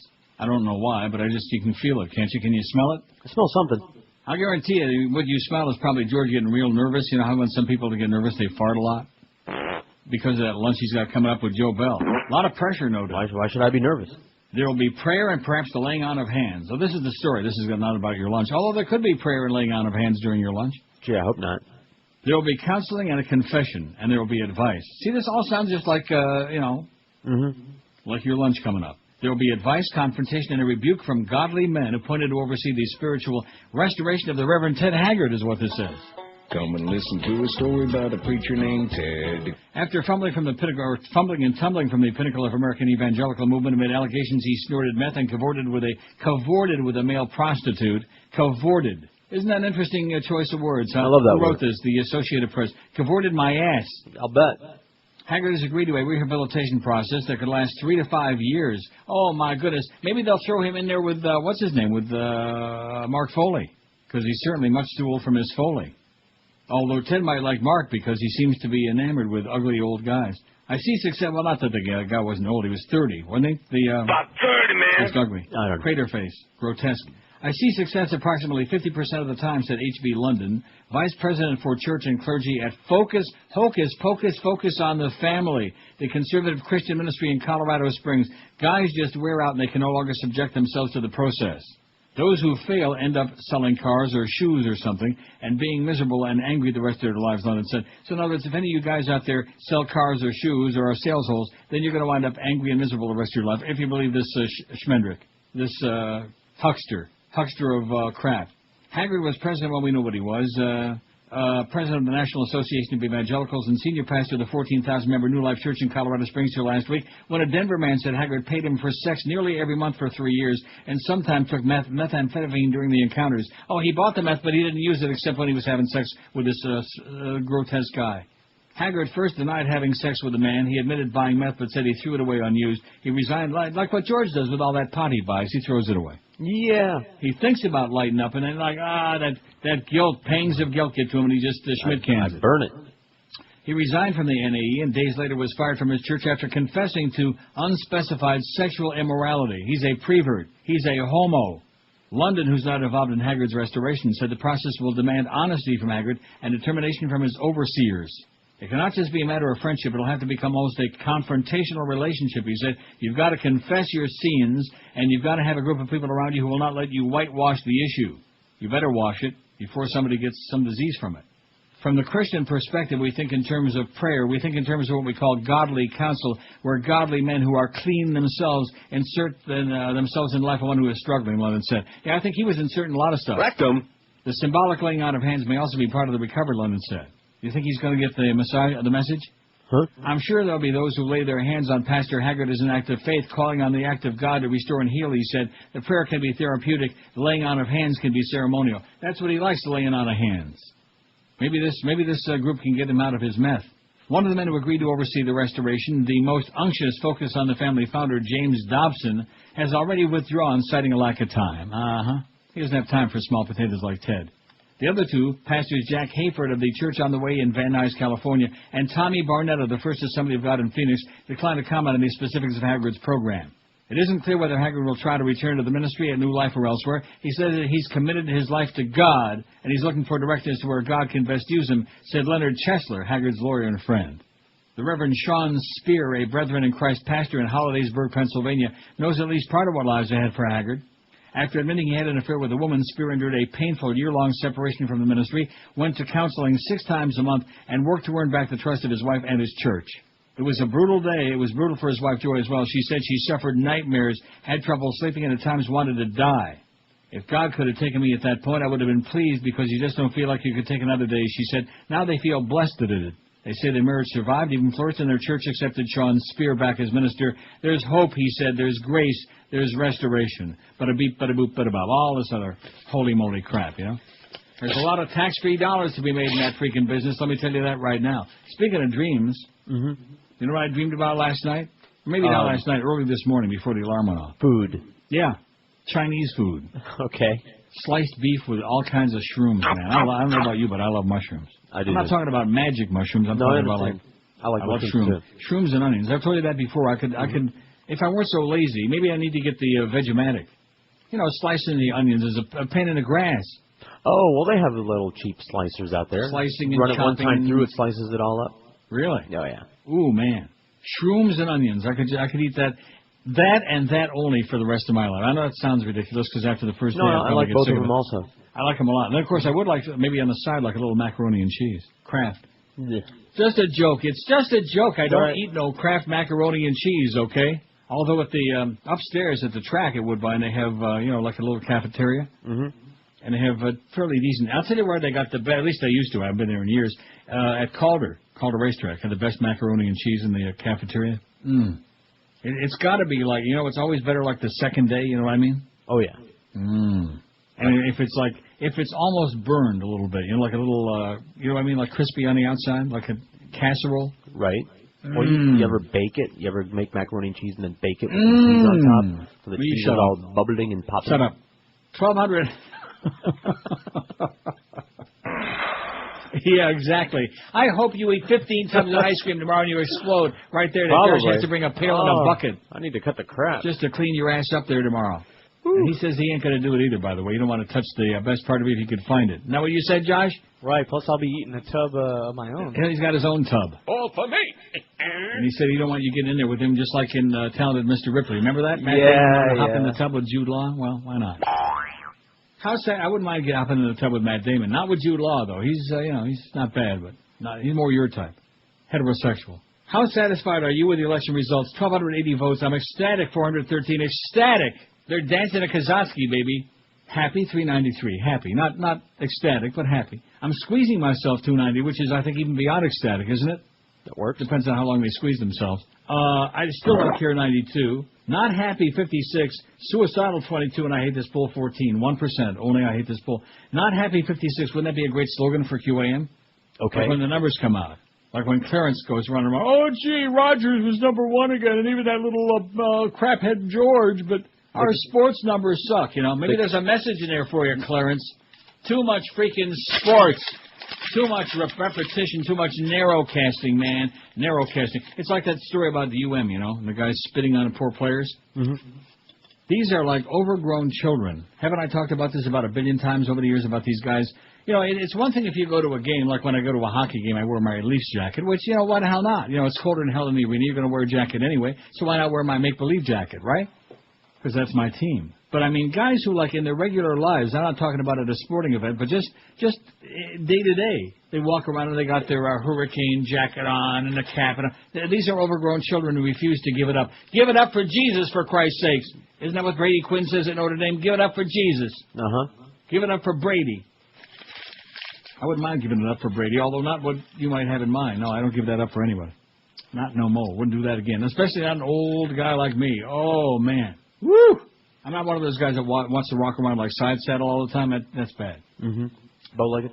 1,283. Although, you know, if he was here, I'd have to probably consider it. The biggest names of best talent. This is Neil Rogers. All depends on what Radio he's into, 560 you know? QAM. This is Jennifer Lopez. I have to take my hormones every day to keep the hair from growing back around my nipples. And that's when I listen to the Neil Rogers 12 to 1 hour. One step closer to being a dad. Maddox and baby Zahara now have his name. But is it the first step to Mr. and Mrs. Smith becoming Mr. and Mrs. Pitt? How long will it take till we get a break? Give me a break.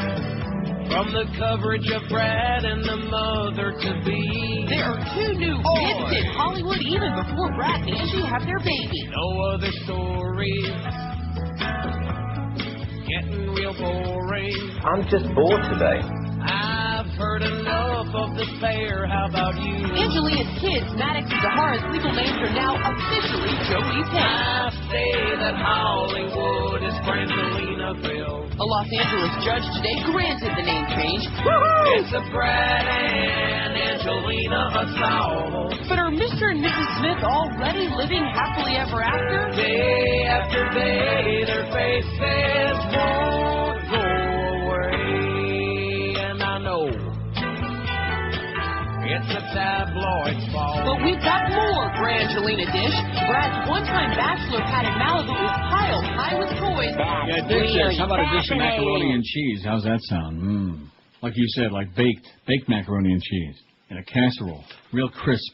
Right, it's brown on top.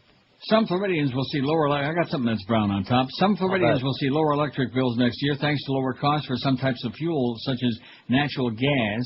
Speaking of that, but many others will see their rates increase as other fuels get more expensive. Customers of the state's largest electric utility, Florida Plunder and Loot, will benefit from the company's new natural gas power plant, which will cut fuel costs because it's more efficient. The company also projects it will see lower fuel costs overall and is cutting a storm surcharge that will further reduce customers' monthly payments. Oh, don't we just love FP&L? No. The new charges were approved yesterday by the State Public Service Commission. We're really pleased to be able to reduce our customers' electric bills, especially at times when a lot of utilities are finding it necessary to increase their rates, said FPL spokesman Jim Davison. We don't like him either. The company's customers will see their rates go from $108.61 for 1,000 kilowatt hours to $103.51, a 4.7% drop. God almighty, that sounds like $5.10. The average customer uses slightly more electricity than that per month, but it's the standard industry benchmark for usage. Customers of other utilities will see higher rates, however. St. Petersburg-based Progress Energy, Florida, the state's second-largest electric company, won approval for a fuel charge that will mean an increase of about 80 cents a month for the average consumer. 80 cents a month, even George can't afford that. And Josh, forget about that altogether. It's going to start living like an Amish. And Gulf Power, which serves customers in the Panhandle, said rising coal costs are driving its rates up about 10% starting January 1. Its customers will pay $101.87 for 1,000 kilowatt hours, up now from $92.34. Just like many other businesses, our prices have been impacted by rising fuel costs, said Gulf Power spokesman John Hutchinson. That's in the Panhandle. We don't care about that. We ain't got nobody listening in the Panhandle, do we? I hope not. You think? No. We got to. Get out of here. In the Pan, like maybe in Tallahassee, maybe fat-ass outgoing Governor fat-ass Jeb Bush, maybe him and his cronies are listening there during the lunch hour now. They're all gathered around their computer listening online. Oh, there's that crazy fag Neil again. Yeah. Customers of Tampa Electric will pay $101.87 per 1,000 kilowatt hours, up about 5%. Utilities are allowed to recover only the cost of buying fuel and power from other customers, and their forecast for those costs must be approved by the PSC. The companies aren't allowed to make a profit on the fuel charges, and yada, yada, yada. You know, speaking of the Tampa area, I was checking some things online, and then I went to our website, and I saw that nice tribute that you put on, or somebody put on there to Lassiter. Eric put on with my help. I fed him. And I clicked that thing to the blog, which is still up there, and thanks to Lassiter's wife, Mary. And it's like kind of surreal, you know what I mean? In other words, like, I don't know how to describe it. But when you get in the habit of reading when somebody's got a blog and they have entries all the time, even when you know that they're not going to be around much longer, you get the feeling it's always going to be there. You know what I mean? Am I expressing myself well or not? Probably not. Sure, good enough. It just ain't there no more. It's kind of hard to describe. It's hard to say. Like Johnny Mattress would say, it's not for me to say. Is that what he said? You don't have that. 1,302 votes on the poll. Conservative activist Richard Viguerie has released a statement that blasts the GOP's congressional leadership in the wake of the loss of both the House and the Senate. By the way, MSNBC is reporting that, like I told you, Senator Makakowicz will concede at 3 this afternoon the Senate race in Virginia to Jim Webb. Democrats have the Senate 51-49. Of course, that's a little bit on the shaky side because one of those two that put him over to 49 was an independent by the name of Drew Lieberman. Bernie Sanders we can count on from Vermont. Drew Lieberman, who knows? Depending on which way the wind is blowing and which way his talus is blowing in the wind. He holds his talus up in the air. You know what I'm saying? Mm-hmm. And whichever way the wind is blowing, that's the way he blows. Every single member of the Republican leadership in the House should be replaced, said Viguerie. They failed the conservatives who put them in office, and they failed the people of this country. Viguerie attacks what he described as the big business wing of the Republican Party and urges GOP leaders to get out of the way and let a new generation of young, principled conservatives take their place, according to the release. So where do we find them? Young, principled conservatives. Congressional Republicans should move as fast as they can to distance themselves from the Bush White House, Viguerie said. That's the only way to come back from this disaster. He said yesterday's midterm elections, meaning Tuesday, were a referendum on Bush and his war in Iraq. Voters couldn't vote to fire Bush, so they did the next best thing. They fired his party in the House and the Senate and in state houses all around the nation. This election, Viguerie said, was also a referendum on the so-called neoconservatives, the big government Republicans who took us into a nation-building war while they busted the budget and enriched big business and its K Street lobbyists. Viguerie said the only thing Denny Hastert and company cared about was holding on to power. That's what led them to become kings of pork. That's what led them to protect the likes of Mark Foley. Pork, which if you look at Hastert, it seems to me that that's one thing he had in common with Mark Foley. They both were really big on pork. One thing this election was not, Viguerie writes, is a repudiation of conservatism. The twin pillars of conservatism, smaller government and traditional values, have the support of the same voters who threw out the Republican Congress, he said. That's Richard Viguerie, who used to be like Mr. Bigwig in the Republican Party. Now he's pissed off and fired up. He's had it. He's had it. You got it? Got it. Good. 1,306 votes on the poll. I just mention those numbers every now and then because there are a lot of people out there like sitting on the edge of their seat. Or sliced beef with nice Chinese mushrooms sounds awfully good, and like a nice beef gravy. Do you have a wok? I beg your pardon? Do you have a wok, like for stir fry? I walk a lot. I don't have a wok. Okay. Why? We don't either, but it just sounds like something that would be good to make that what you're talking about. Or I could just call and order takeout. Sounds like much better to me. But then, of course, God only knows what kind of crap is in there, including sugar. That's right. Why the hell they do that, I have no idea, but I've discovered... Yeah. Well, who the hell wants their meat to be sweet? Well, don't touch that. Yeah, I'm not gonna. Tom Hayden says Iraq wins. Can I move along, please? Pretty please. Tom Hayden says Iraq wins the election. What now? Isn't that what I said yesterday? The election's over. What do we do now? That's what I'm thinking. Tom says as the campaign began, consultants and bigwigs of both parties sought to keep Iraq from becoming an election issue. To their credit, the American voters disagreed, insisted on changing course, and let Iraq become the critical factor in overthrowing a rigged Republican majority. Now what? For sure, Representative Henry Waxman will hold the gavel and subpoena power for hearings into war profiteering by corporate contractors. The issue surfacing in civil society, for example, through distribution of Robert Greenwald's film Iraq for Sale, will suddenly be exposed under the glare of congressional hearings. This is not a scandal at the margins, but a mortal threat to one of the pillars of the war. In recent days, both Kroll and Bechtel have quit Iraq. Others will follow, according to a strategic forecasting report available to insiders in the security business. That November 3rd memo says other contractors will leave the theater of operations when the risks get too great. The strategic threat is that the combat capability of the U.S. Army is breaking because the contractor support it relies on won't be there. In short, the Pentagon doesn't have the military capability of filling in for its private contractors who are profit-oriented. Some Democrats will join Republicans and try to rein Waxman in, but it appears that the contractors have lost much of their previous bipartisan immunity. Indeed, the contractors may wish to avoid the negative publicity and possible subpoenas that are sure to result from any serious Waxman hearings. In addition, the Democrats are sure to hold hearings and use subpoena power to get to the bottom of other ugly truths of the Iraq War, like the administration fixing the facts to go to war. The airing of these issues is welcome and overdue, but the Iraq War will not end. The administration will continue the conflict into the 2008 election year. The Democrats refuse to end it. The national security elites believe America's image as a superpower is at stake. We've heard it all before. No one's willing to lose a war even when they know the war is unwinnable. It is possible, of course, that the bottom will drop out of the military effort, resulting in a military defeat and debacle, but the administration will avoid that outcome at all costs. The anti-war movement and their supporters in Congress, therefore, will need to pursue an inside-outside strategy. On the inside, they'll have to mobilize the out-of-Iraq caucus around an exit strategy alternative, including such proposals as 1, the appointment of a peace envoy to begin a process of conflict resolution instead of military occupation, 2, setting a deadline for bringing our troops home within a year, and 3, at the same time, ending the formal occupation and requesting the UN appoint an international consortium to work with the Iraqis on security, economics, and reconciliation. The White House may wish to lure the Democrats into a bipartisan or no-fault approach to Iraq in order to extend the war while defusing it as an issue with voters. They may even have to sacrifice Donald Rumsfeld. See, this is written before he had to resign, as a gesture to gain time for new leadership.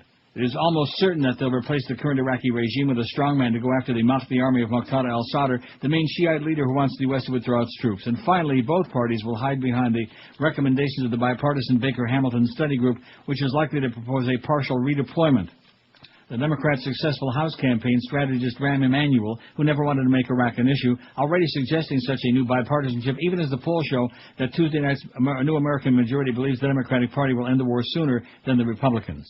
These are steps in the right direction, but only baby steps. The Vietnam War continued for 7 senseless years after the Paris peace talks began. While scaling back its original victory plans, the U.S. still wants to station tens of thousands of troops in a subdued and perhaps partitioned Iraq and wants the issue neutralized by those 2008 elections.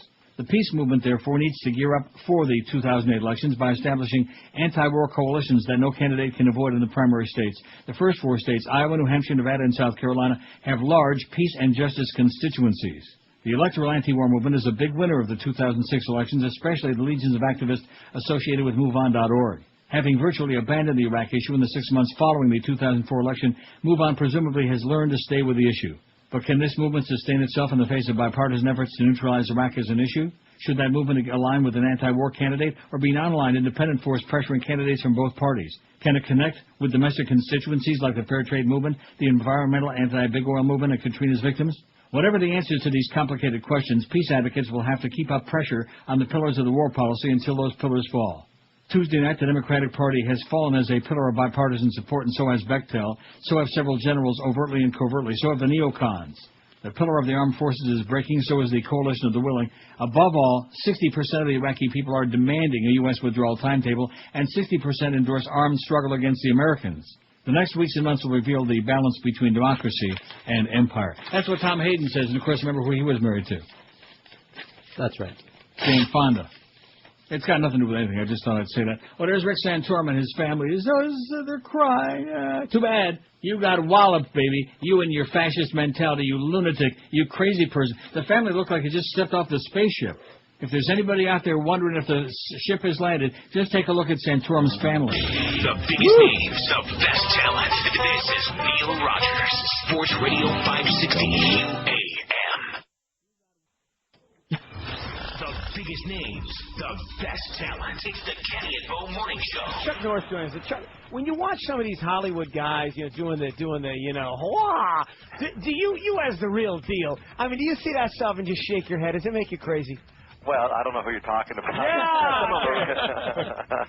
A lot of them, Jackie Chan's a good friend of mine, and, Jet Li, and a lot of them are legit guys, Yeah, and a lot of them aren't, are they? Well, I'm not going to bring that up. Weekdays 7 to 10, Sports Radio 560 QAM. Tonight on Fox, lock up the bagels and cream cheese and prepare for a wild ride when Fox presents When Jews Attack, sponsored by the Committee to Elect George W. Bush and by KFC, where you can get the new GOP Bucket. The GOP Bucket is all white meat, right wings, and only $29.95. When Jews Attack, tonight on Fox.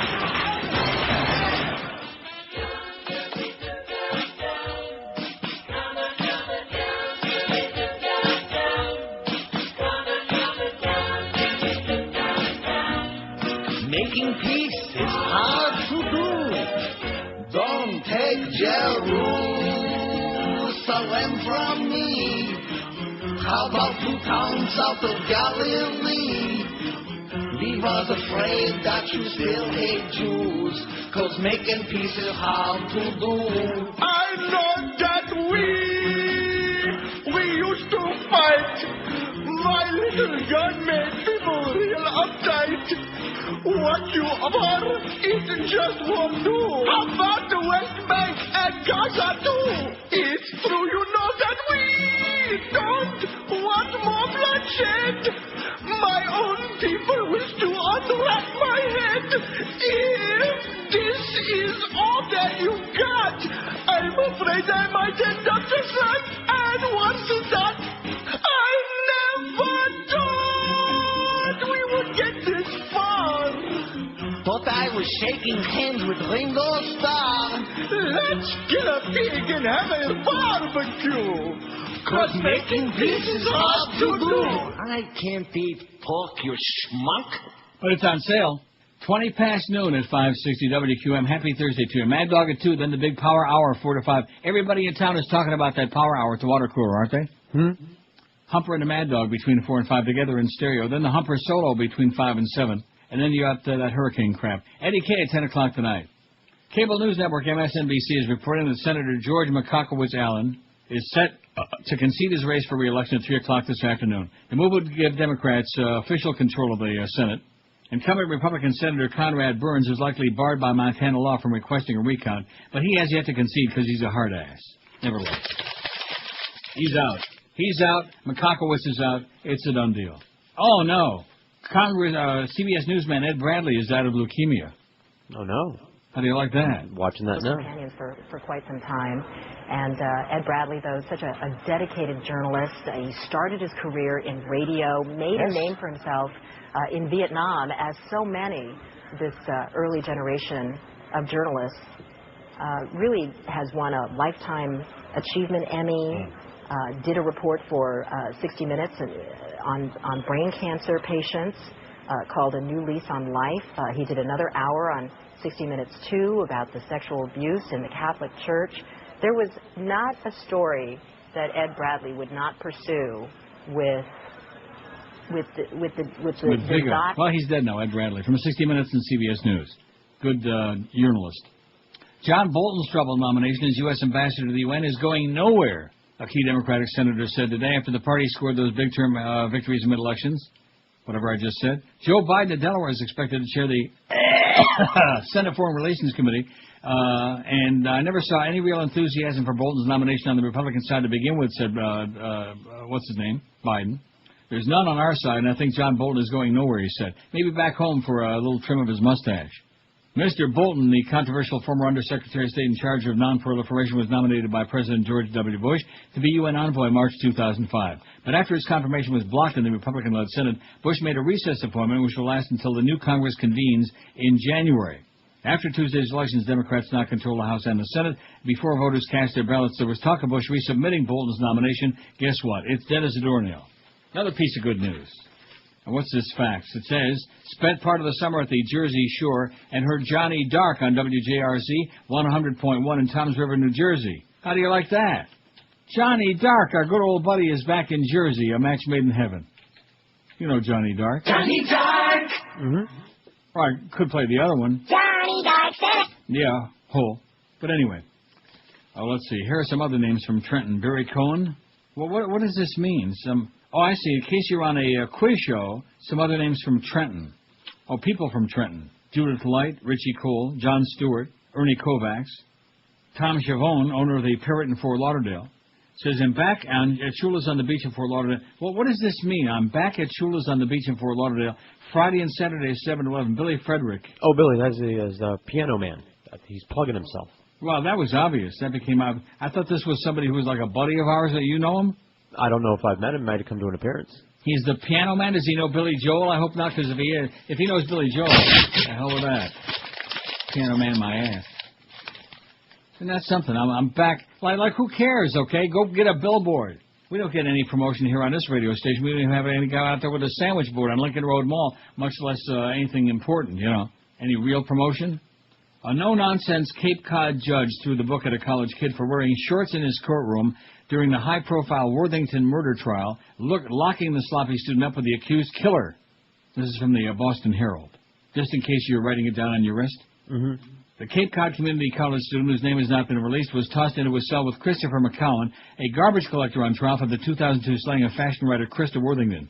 Barnstable Superior Court Judge Gary... Don't you love those New England names? Barnstable. Mm-hmm. I'll take one. Superior Court Judge Gary Nickerson had court officers lock up the student after he was told to leave the courtroom for wearing shorts, but he wouldn't leave. Kind of a punk goes into a courtroom with shorts on. Stupid punk. According to a report in the Massachusetts Lawyers Weekly, the student was placed into a holding area with McCowan, who was charged with stabbing Worthington to death in her Truro home. The student reportedly was at the courthouse on a class assignment to watch the explosive trial, which has prompted a media circus. Barnstable Superior Court Clerk Scott Nickerson, who is not related to the judge, confirmed the student was detained, but said he wasn't formally charged with contempt. Scott Nickerson declined comment when asked if the student was put in a cell with McCowan. I'm not going to comment on where the individual was said. He said Judge Nickerson could be reached for comment. One courthouse source said Nickerson has a reputation as a tough but fair judge who demands the proper attire in his courtroom. He'll tell people, this isn't Fenway Park, go tuck in your shirt. He's also been known to chastise people for public displays of affection in the courthouse, especially if they get a little bit too carried away. Maybe he needs that pump from that other judge. So, you know what I'm talking about? That penis pump, that remember one. that guy? I do, right under Put him the in a better robe mood there. Anyway. So Ed Bradley is there. There's some bad news for him. Good bad. news, the election's over, and we got the McCockowitz going to concede the 3. The bad news. And he attended those interests just as diligently as he did his work for 60 Minutes. Ed Bradley's dead. Boy, that's going around. Oh, geez, that would have been really bad. Yeah. That would have been a mistake on your part. The biggest names of best talent. This is Neil Rogers, Sports Radio 560 QAM. They're beautiful. Mel Gibson surrounded by questions about alcohol and anger, but also questions about anti-Semitism and the words that incited outrage after an explosive public drama. We interviewed Mel Gibson at his office. Take me back to that moment as you remember it. Okay. Were you drinking from the open bottle of tequila in the car? Yes. I had a couple of slugs, yeah. Do you know how many? 20. I read to him the officer's account of the words he used that night. Expletive Jews. And the Jews are responsible for all the wars in the world. Yeah. I do not believe tequila can turn an unbiased person into a raging anti-Semite. Look, let me be real clear here. In sobriety, sitting here in front of you, national television, that I believe that Jews are responsible for all the wars in the world. He's still blaming the Jews. Absolutely. I hate you and I want you to die. Coming up. Couple of drinks. Wait a minute. Alcohol. Oh, yeah. I have to get loaded again. 12:32. He's a real credit to the subhuman race, that Mel Gibson. Governor-elect Charlie Crist appointed a transition team yesterday to pave the way toward his January the 2nd inauguration and the dozens of key appointments he'll have to make as the new governor. I can't wait to see the follow-up article in the Broward Palm Beach New Times about Charlie Crist. Can you wait? I can't wait, but we will. We're going to be bipartisan, said Charlie. We're going to do what is right, Chris said at his first news conference since defeating Democrat Jim Davis on Tuesday. Maybe we can't get Jim Davis to win, but how about if we bring back Butch Davis? I am so sick and tired of the sports nerds on our station, including my good, close personal friends, with this obsession with Butch Davis. Bring back Butch Davis. What a yahoo he is, man. I don't care if he won 85 bowl games, okay? He sends me right to the bowl, Butch Davis. You know what I'm saying, Josh? I know what you're saying. That's all they talk about on this station. We got to bring back Butch Davis. Get rid of that old Larry Cokehead. You know, he's an old fuddy-duddy. Well, and they lost 3 games, and this weekend they'll be 4 already. Or they lose 4. Yeah, they lost 4. They are 5-4? That's correct. The Miami Hurricane football team has lost 4 games. How do you like that? Anyway, it's just so pathetic. It's important that we be bipartisan, Chris said. Florida needs to come together. Oh, I got a line for that. I'll do everything to work for all parties, all ideologies. We're going to work hard, and we started already, he said. Members of the transition team will have to meet strict ethical guidelines, and appointments to the administration will be based on integrity, diversity, perversity, competence, and a shared vision, said Roberto Martinez, who was named chairman of the team, another guy with a name ends in Z.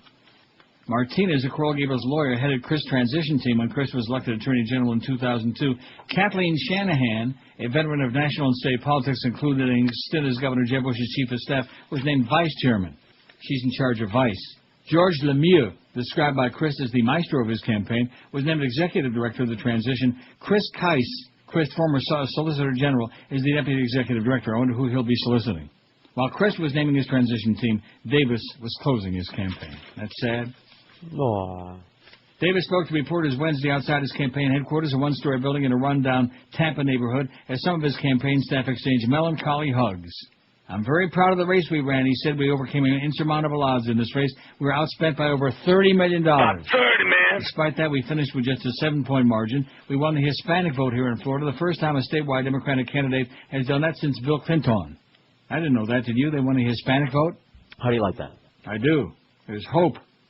Davis did not rule out a future run for office. After I get things settled at home, I'll have some time to think about my future, he said. There will be another day for the state and maybe another day for me, too. Meanwhile, Crist was deep into meetings yesterday, planning his move into the governor's office. I wonder if he's going to move his boyfriends in there. He had telephone conversations with fat-ass Governor Bush and Senate President-designate Ken Pruitt and was expecting to talk to House Speaker-designate Marco Rubio later in the day. Oh, boy. What a... So they're making quite a to-do here about Ed Bradley dying. He really has accomplished a lot, and you know, he could be controversial, and he could be difficult, as television stars tend to be, and he could be confrontational when he needed to be. But what a body of work. It is remarkable. And that Howard Kurtz said of Ed Bradley, what a body. Oh, boy. That Howie Kurtz, what a jackass. Ian Williams writes, Bush crony to head UN food program. How do you like that? The beat goes on. Gee, what a shock. As Americans voted Tuesday in what may well have been a referendum on Bush administration policies at home and abroad, U.S. Ambassador John Bolton once again breached UN protocol in New York, this time by prematurely announcing the appointment of former Washington Times editor Josette Shiner to head the World Food Program. I wonder if she's kin to like Herb Schreiner, or Shiner. Shiner, currently Undersecretary of State for Economic Business and Agricultural Affairs, is tasked with pushing American business interests abroad. A longtime member of the Washington Times owner Sun Myung Moon's Unification Church, Shiner left the paper in '97 and the church in '96. A Mooney. The Bush administration's practice of favoring of ideological and dynastic loyalty over competence was responsible for FEMA's abysmal performance during Hurricane Katrina, with Shiner's appointment may well contribute to similar debacles worldwide. Shiner's main qualification for the Bush appointment was the many years she spent ensuring that Moon's Washington Times flew the flag for the most atavistic brands of conservatism in the nation's capital. The other main candidate for the position was another American, the experienced and competent Tony Banbury, head of WFP in Asia. Well, experienced and competent don't cut it with this crowd. Americans have long regarded the World Food Program as their own, and with some justification. It was conceptualized by the Eisenhower administration in 1960 and launched in '62 as a means of recycling American agricultural surpluses, and because the Kennedy administration was at loggerheads with Dr. Vinay Ranjan Sen, then director of the Food and Agricultural Organization. The WFP has done some good work regardless of the marred altruism of its origins, but Oxfam and other critics have raised serious questions about the economic effects on local agricultural viability of throwing free subsidized U.S. food surpluses into countries. Those questions are likely to remain unanswered as Shiner advances the interests of U.S. agribusiness. Oh, I think she ought to get a Shiner, at any rate. More cronyism, more the same BS. As if he's going to change, something's going to change with this crowd. They're a bunch of crooks, man. Now they realize the clock is running. They got only 2 years left to grab as much as they can, and they're going to be grabbing it and grubbing it and squeezing it. You know what I'm saying? That's right. 1,360 votes on the poll. I think we got a real heavy shot at 14 today. I'm not going through that 1,500 crap again. You know, it's just too much stress, too much pressure. Don't you think? Absolutely. Too much stress. Absolutely. And too much freaking pressure. That's the last thing an old doddering fag like me needs, especially when his blood sugar is too high. And you want to know why it's too high? I'm not going to tell you. Not that ice cream. I didn't have any ice cream last night. I did have some of that low-carb pasta, though. And then I had, you see, what I've discovered is that stuff is very good, and it's not really, really bad on your blood sugar. It's not good, but it's not that bad. But then what it does is stimulates my appetite for candy. Oh, boy. For sugar. What? Candy. Candy what? Candy kills. Well, I just had 2 Hershey's bars with nuts, too. I see, yeah. Those real skinny ones, those real skin-tight wrappers, the brand new ones, It wasn't a good idea. Not a good idea. All you diabetics out there, if you're going to cheat, don't be doing it like close to bedtime, like a couple hours before you go to sleep, because then your blood sugar is, what? Skyrockets, man. It gets way up there, zooming up there. And then you wake up in the morning, you're like that other time. Remember that? No, you weren't working then back then. During your stroke day? Yeah. No. I mean, I was at the station, but I was not working with you on the show. And I'm sitting there and I'm doing my show. I did a 4-hour show after I'd had a stroke in my sleep. And leave it to IOD, man. Leave it to these grave robbers, any of these stations. They don't care. I'm sitting there slurring my words more than usual. Like my jaw is where my ass is supposed to be. And like, hey, Neil, how's it going? He's really funny. Like that. And then probably your buddy Marvin was working back in that day, wouldn't you think? Either he or Nick. Well, either one of them's... well, just the aroma from Nick would be enough to make me swoon. I'll tell you that right now. He did not emit a pleasant aroma. In fact, could put you in a coma. Or a 20 till 1 at QAM. The biggest names, the best talent. This is Neil Rogers, Sports Radio 560 QAM. Kick his ass and then I'll steal his toupee. Did you see our ratings for the last book? Yeah, I know whose fault that is. Sure. Couldn't possibly be us. Watch your back, Zach, or you won't wait for no. Watch your back, Zach, or you won't wait for no more. I got enough I gotta think about on top of getting raped, and I don't need a rating that's a -8. Don't care what you do, long as it's understood. You gotta work a little harder on the guest you book. Or else you got to go. There's a lot of fat producers, you know. That's right. Watch your back, Zach, or you won't wait for no more. Watch your back, Zach, or you won't wait for no more. Oh, brother, all that blubber I don't understand. How you can eat from a trough while using both hands. You big fat butt, you made a ratings fool. You're just like Clinton, it's all your fault. Better straighten your fat ass out. Or we'll take the food out of your mouth. That's right. Watch your back, Zach, or you won't wait for no more. Watch your back, Zach, or you won't wait for no more. Listen what we say. Watch your back, Zach, or you won't wait for no more. Watch your back, Zach, or you won't wait for no more. You know who I am? You're lucky you got a job here. Try that one more time and you're all fired. Top 46 at 560. By the way, if you missed our morning show, Kenny and Bo morning show this morning, we're sorry that you missed it. Although the good news for you is you missed that. Did we ever find out why he was on there this morning? No. Oh. Why do you say it that way? You're supposed to be on top of these things, especially if you're going to be having lunch with Joe Bell today and be jumping up and down on the table in the restaurant and carrying on like Rumpelstiltskin and demanding all sorts of things like a lot more money for you and Josh. Right. And at least for you anyway. He ain't going to demand any more money for you, Josh. Don't expect him to go to bat for you. Right. I'll give you a good example. 10 times I've asked this man. 10 times. If I've asked you once, I've asked you 100. And of course, you're on vacation that week, so you don't care about Thanksgiving. I asked about Christmas. That's what the conversation that we had the last time we talked about Thanksgiving. Well, we didn't talk about Christmas. We got taken care of. We got that right. Something. I hope we do, because I'm not going to be there. I'm not going to be here. But Thanksgiving, inquiring minds would like to know what the deal is that day. Do we have a ball game of some kind? Do we have some crap they're going to put on? What is going to happen on this air between 10 a.m. and 2 p.m. on Thursday, December 20, November, whatever the hell it is, 23rd, 2 weeks from today? Okay. Is that Thanksgiving? Look on the calendar. Make sure it's the right Thanksgiving. Yes, 2 weeks from today. Okay. I mean, I think probably Josh would like to know if he's supposed to report for duty that day. Wouldn't you like to know, Josh? Well, I'm not coming in, but, yeah. There you have it. Well, guess what? Neither am I. How do you like that? There you go. And I'll be on vacation. If a little punk like you can say that, then I'm sure he's not going to be here. But George is on vacation. So, in other words, just make sure you pass that along. I will. Thursday, November 23rd is Thanksgiving, and make sure they put some crap on there. Like the best of Geldy would be there. So anyway, here's more on the story. There's really not that much more to say. Ed Bradley, the veteran 60 Minutes correspondent and one of the pioneering black journalists of his generation, died of leukemia today. He was 65. Bradley, who had won 19 Emmy Awards, covered an incredible array of stories after joining the CBS News magazine in 1981, from brain cancer to sexual abuse in the Catholic Church to the high school shootings at Columbine. He also reported a number of award-winning documentaries, covered political conventions, and filled in on the CBS Evening News other programs. Bradley remained active on 60 Minutes, but he had been ill for some time and underwent heart surgery about a year ago. He was this gentle giant, said Bob Schieffer, CBS's old fuddy-duddy chief Washington correspondent and close friend. He just did so much for so many African-American kids. He was a great role model. Ed Bradley's dead at 65, leukemia. Okay?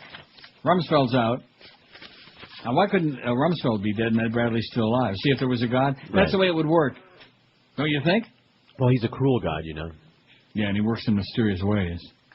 1,379 votes on that poll. I guarantee if Josh would have really gotten behind us today, really given a big push, we'd have made 15 again, but we don't want to do that. Do we? Well, whatever we get, we get. We'll be very happy. We're easy to please today. Right? That's true. Mm-hmm. Especially when you got all that ice cream and wieners coming in tomorrow. Those footlongs, those big giant wieners. One of the main architects of the Israeli weapons industry last night called on his government to end the tactic of artillery bombardment of the Gaza Strip after a volley of errant shells rained on civilian homes, killing 19 Palestinians. Oops. Arms experts Bon and Ziv called the weapon systems too inaccurate to expect no civilian casualties.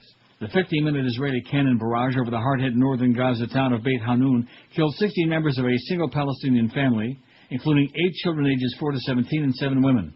Several of the victims were killed in their sleep when the first of these shells blasted into 2 houses belonging to the same family. The rest were cut down by shrapnel from 11 additional shell strikes after rushing outside to escape the early morning bombardment, which came just hours after the Israeli Defense Force announced it was withdrawing from the besieged town after a week-long hunt for Palestinian rocket launch crews. Oops. Israeli leaders expressed regret and launched an immediate investigation into the circumstances of the attack, which injured 53 Palestinians, making it the worst single-day tragedy of its kind in 4 years.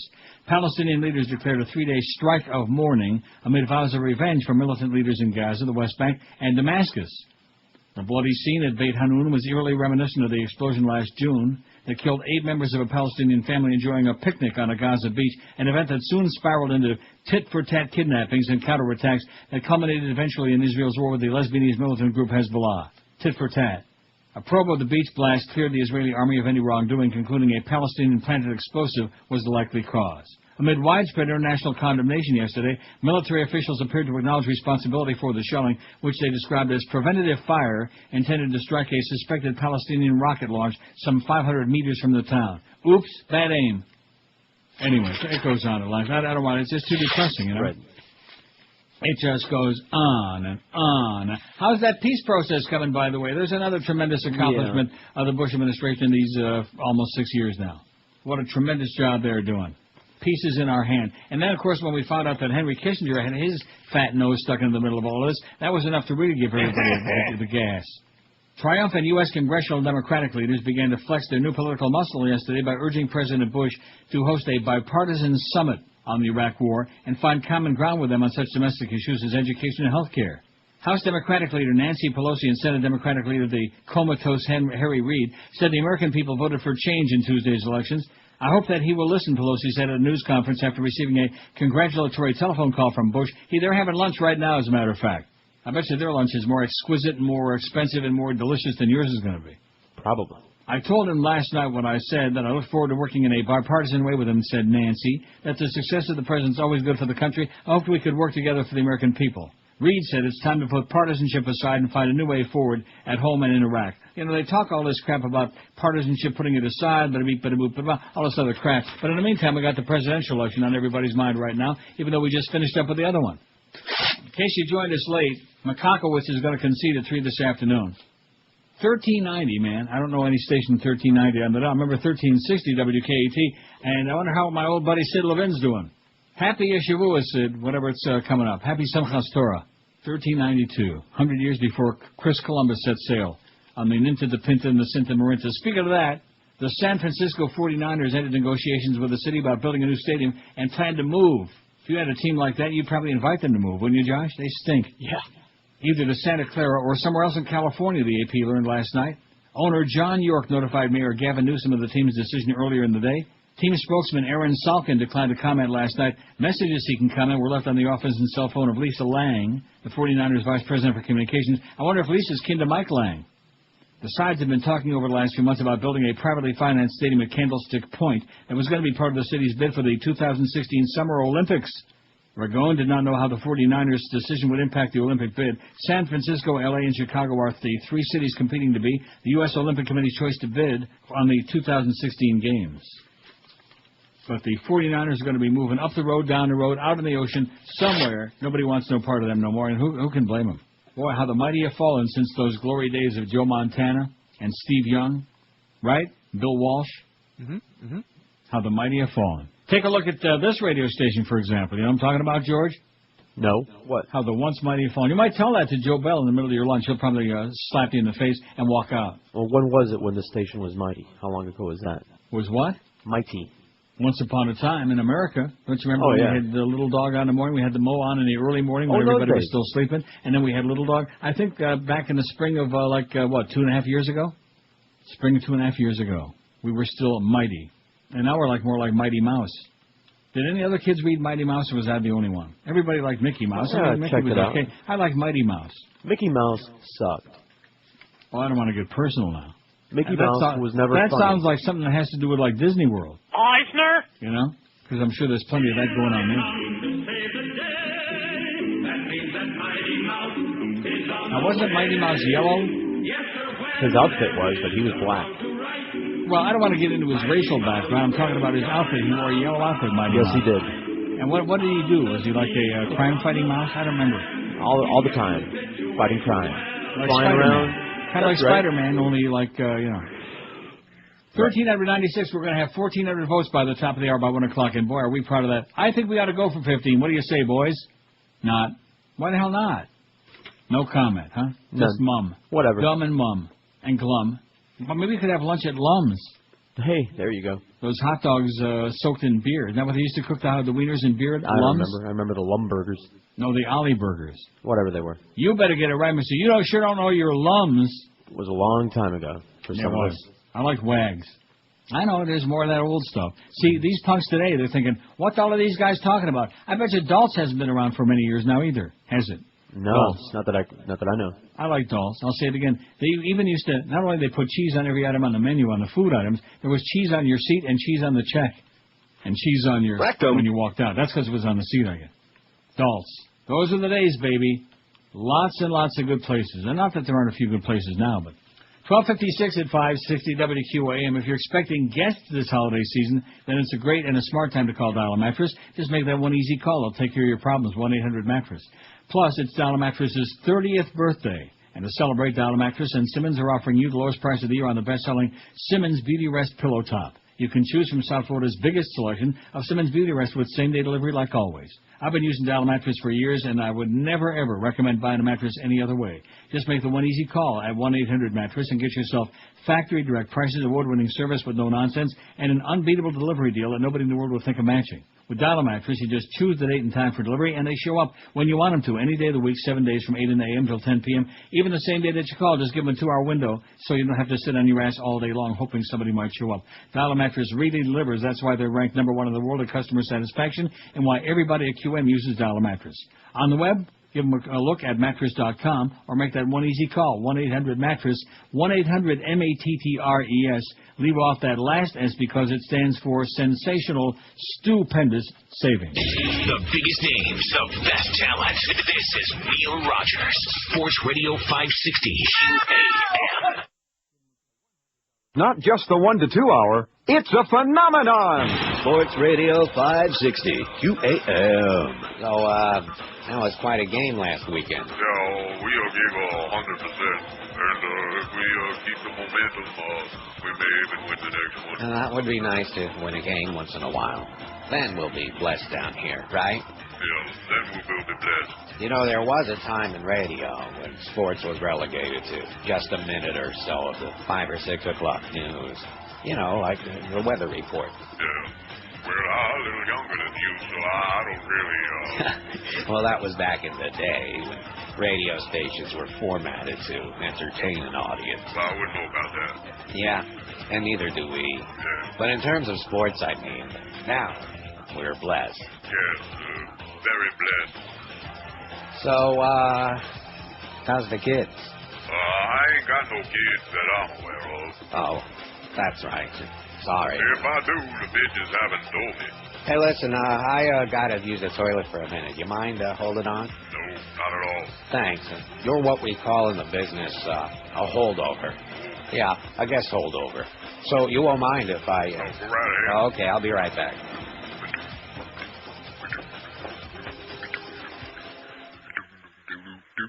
We'll be back with more of the Neil Rogers Show after part 2 of our Sport Homo Rejoin on 560 QAM.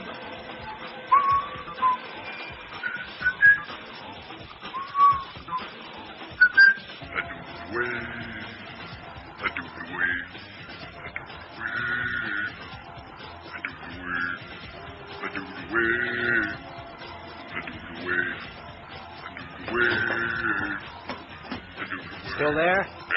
You know, outside of sports, there's really nothing else going on. Yeah, I mean, no. Nothing else exists outside our box. I mean, nothing else should be of any concern. Yeah. It's comfy here inside our little box. Yeah, it is. But I have to admit, I still have my Sarah Paulson poster. Well, that's just a girl. Actually, she an old white lady now. We really can't talk about that. Well, I can understand that. Yeah. So, what'd you eat this morning? I just had me a cup of coffee. Oh, how do you like your coffee? A little sugar, some cream. Yeah, got a little cream in your coffee, huh?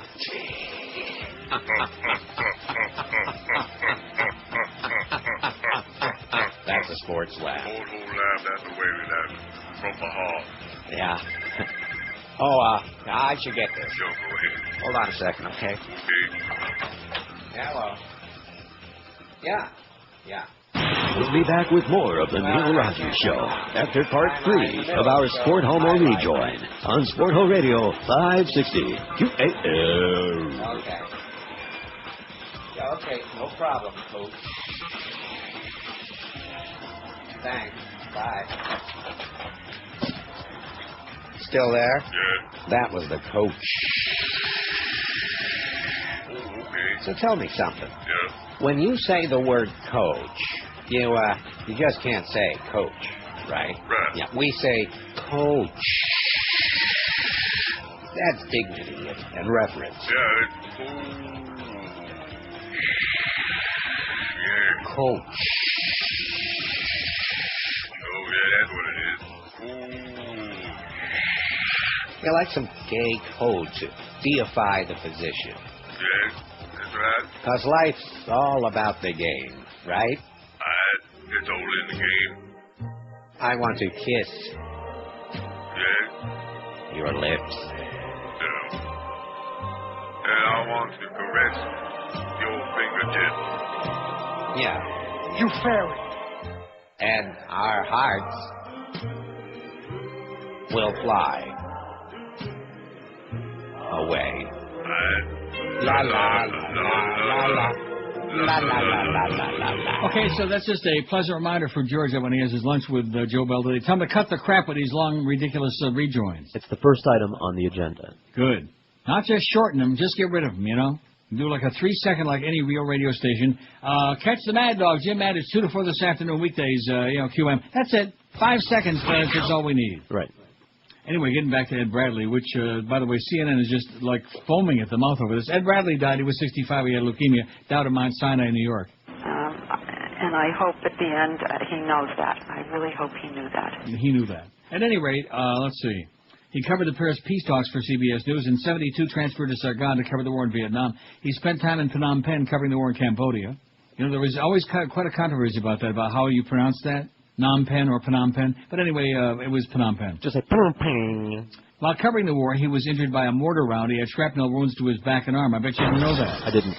In 1974, Bradley moved to Washington, D.C. He covered the Carter campaign in 76. Where's the important part here? Oh, here it is. In 81, he joined the staff of 60 Minutes when Dan Rather left to replace Walter Cronkite as the anchor of the CBS Evening News. He was the first and to date only male correspondent to regularly wear an earring on the 60 Minute show. He had his left ear pierced. There are a lot of rumors about Ed. He had his left ear pierced in 1986 and says he was inspired to do it after receiving encouragement from somebody following an interview. I don't want to tell you her name right now, but I'll give you some clues, okay? Neurotic, can't sing. Barbra Mother Streisand. neurotic. I beg your pardon? Barbra Mother was Streisand. neurotic. Could sing. Oh, Judy Garland, Liza Minnelli. Very good. See, it didn't take too many hints there, too many clues. You should have said Fag Hag. I would have got it right away. There, now you would have said Liz Taylor. Yeah, you're right. Or Lynn Samuels. 1,415 votes on the poll. I think we got a real serious heavy-duty shot at 1,500 votes 2 days in a row on the show. That would be unbelievable, man. That would be something you can talk to Joe about. And be sure and tell him that Josh said that we're getting a real spike on there in the midday on the QAM website. A lot of people listening online, even on that website. Forget about the zillions who are listening on NeilRogers.com, or at least over 1,000 every day. You know, we had over 1,300 yesterday. Now, that may not sound like all that much, especially when you consider that some of the people even in South Florida listen online because their radio reception inside, like if they're in a building, it sucks. You know what I mean? What do you mean? So thank God that we're streaming it. That's what I'm saying. Keep streaming it. And, of course, every time I say that, then within minutes we have technical problems and the thing goes down. You know, that's the way it works. That's the way it is when the engineering department hates your show, you know, and other people in the building. So I looked at the CBS website, figuring out I wanted to see what they were saying about Ed Bradley dying since he worked for them for about 100 years, and I found nothing. I found something, but not connected with Ed Bradley. Don't you find that a little bit unacceptable? Okay. Well, let me just do CBS News. One moment, please. I mean, I can't believe that. I did find a fairly interesting story about CBS is hunting for the next you. Cube. That's kind of an interesting story, which I'll get to in a minute. But let me just see. CBS News, breaking news headlines from video from CBS News. I'm clicking on it. Oh, server couldn't be found. Try again. I don't want to try again. I want it now, you idiots. Jesus, God almighty. And you want to know why, don't you? Why? Because probably everybody in the world is looking up. That's right. Look at it. Oh, here it is, finally, the second story. New CBS doctor show 3 pounds weighs in. That's their lead story. That goes to show you, after all those years of working his ass off on all those stories and risking his life in Vietnam and Iraq and everywhere, and this is what Ed Bradley gets, is like the second story underneath some stupid-ass show, and it's like it's a short story. Oh, there's Jim Webb, the next senator from Virginia. 34 localities have reported back to the states the results of their canvass, and Jim Webb's lead in this race has grown to 8,805 votes. Because the margin is so wide, Republican sources close to George Allen say that Republican leaders in the campaign and in the Congress have recommended to him that perhaps this is the time to concede. Throw in the towel, Makakowicz. Okay, you're done. You're finished. You've had it. Okay? Go scream the N-word all up and down the hood. CBS is looking to buy the next Cube. Just which site that'll be is the billion-dollar question. The frontrunners could be Blinks, which boasts 6 million hours of video, Blip TV, Blip.tv, or VHO. Also, there's a startup called the Venice Project, which could launch before the end of this year. You realize we've only, well, I'm sure you do, but I mean the average person out there doesn't stop and think about it. We've only scratched the tip of the iceberg on the Internet. That's right. Leslie Moonves of CBS Chief Executive says they have plans to buy the next video sharing site. They have hired investment banker Quincy Smith to find the next Cube. In an L.A. Times article, Smith said, I appreciate the pressure. The company's named him president of their new interactive division. And now that we have Josh's mother as head of the Beasley interactive division, wow, God only knows what kind of crap we're going to come up with.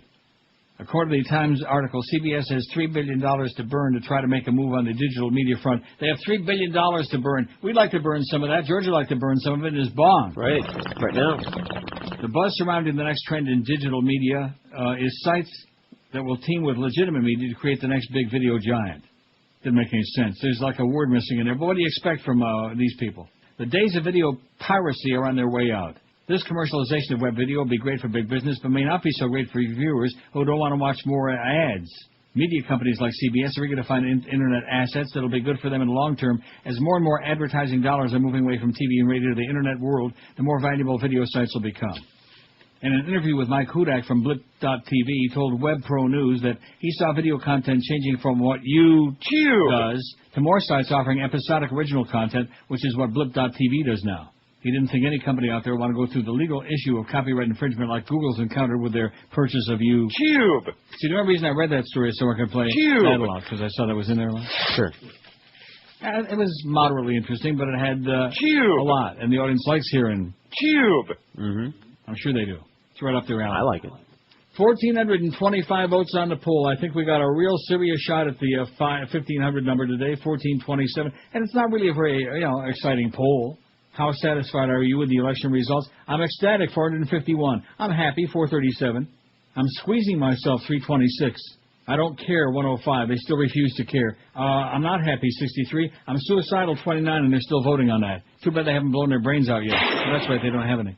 And I hate this poll. Only 16, only 1.1%. Boy, a 1-1. There's some people would be dying to get to a 1-1, you know it? Yeah, well, you're bad. I am so bad. You know what inspired me to do that, to say that? That. You know, when you're really hurting, man, when you're really trolling for an audience out there and you want to build up some listenership and get some word-of-mouth promotion going and say, hey, that was really a great show. Did you hear so-and-so? And then you put, you know, it's like shooting yourself in the foot and the ass. Speaking of feet, treat your feet like they're a part of your body. Actually, your feet are probably one of the most important parts of your body. And Brandy's will take good care of your Tootsies. They carry all the top brands in the shoe business. Florsheim, Echo, Mephisto, Rockport, Hush Puppies, New Balance, which I absolutely love. Let me say it again. Absolutely. Love. And tons of other name brands in all sizes for men and women. And at Brandy's, they even carry your wide widths and hard-to-find sizes if you've got really very bizarre feet. And believe me, I'm sure a lot of you do. Brandy Shoes is the largest independent shoe retailer in South Florida, and when you see the selection and value you get at Brandy's and the great personal service they give you, you'll understand why I've raved about them for years. Go see our good buddy Arnie. He'll make sure you get the right fitting shoes for your feet at the right price every time. Brandy Shoes, they're located at 1290 North Federal Highway in Pompano Beach, right between Atlantic and Copans Roads on the east side. Can't miss it. Open Monday through Saturday till 9, and even every Sunday till 5. And this week is a stupendous and smart time to buy floor chimes at Brandy's. Save $10 to $20 a pair. So be sure to get your butt into Brandy's this week, or just do your shoe shopping right there on their website at brandyshoes.com. The biggest names, the best talent. This is Neil Rogers, Sports Radio 560 QAM. Only in the Banana Republic, baby. Only in Miami. Absolutely.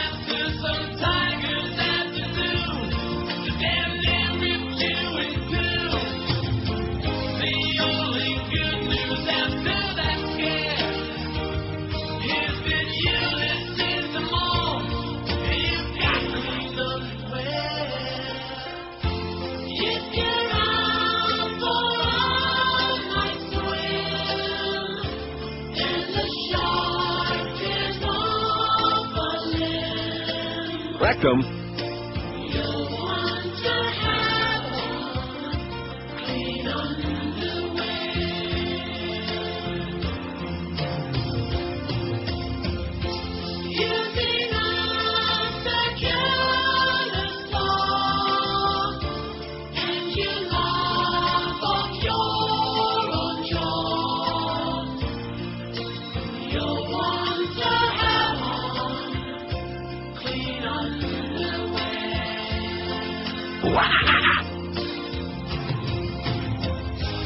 If you're stung by a killer bee, or break your neck in a tree, being chased by a rabid chimpanzee, the only good news after that scare is that you listen to more.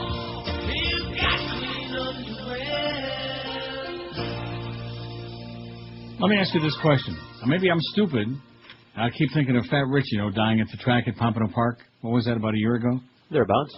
But when you die, and I've heard this, and I really don't know, and I don't want to think too much about it because it's not very serious. No, but your body, I've heard the same thing, yes. Yeah, your body releases all of its... You relax. Right. As they say. So how can you have clean underwears? Well, that's a good point. Well, anyway, it's a cute bit. It's exactly what you'd expect. 20 past 1 at 560 WQAM. 1,447 votes. We're going to make 1,500 2 days in a row on the show. How do you like that?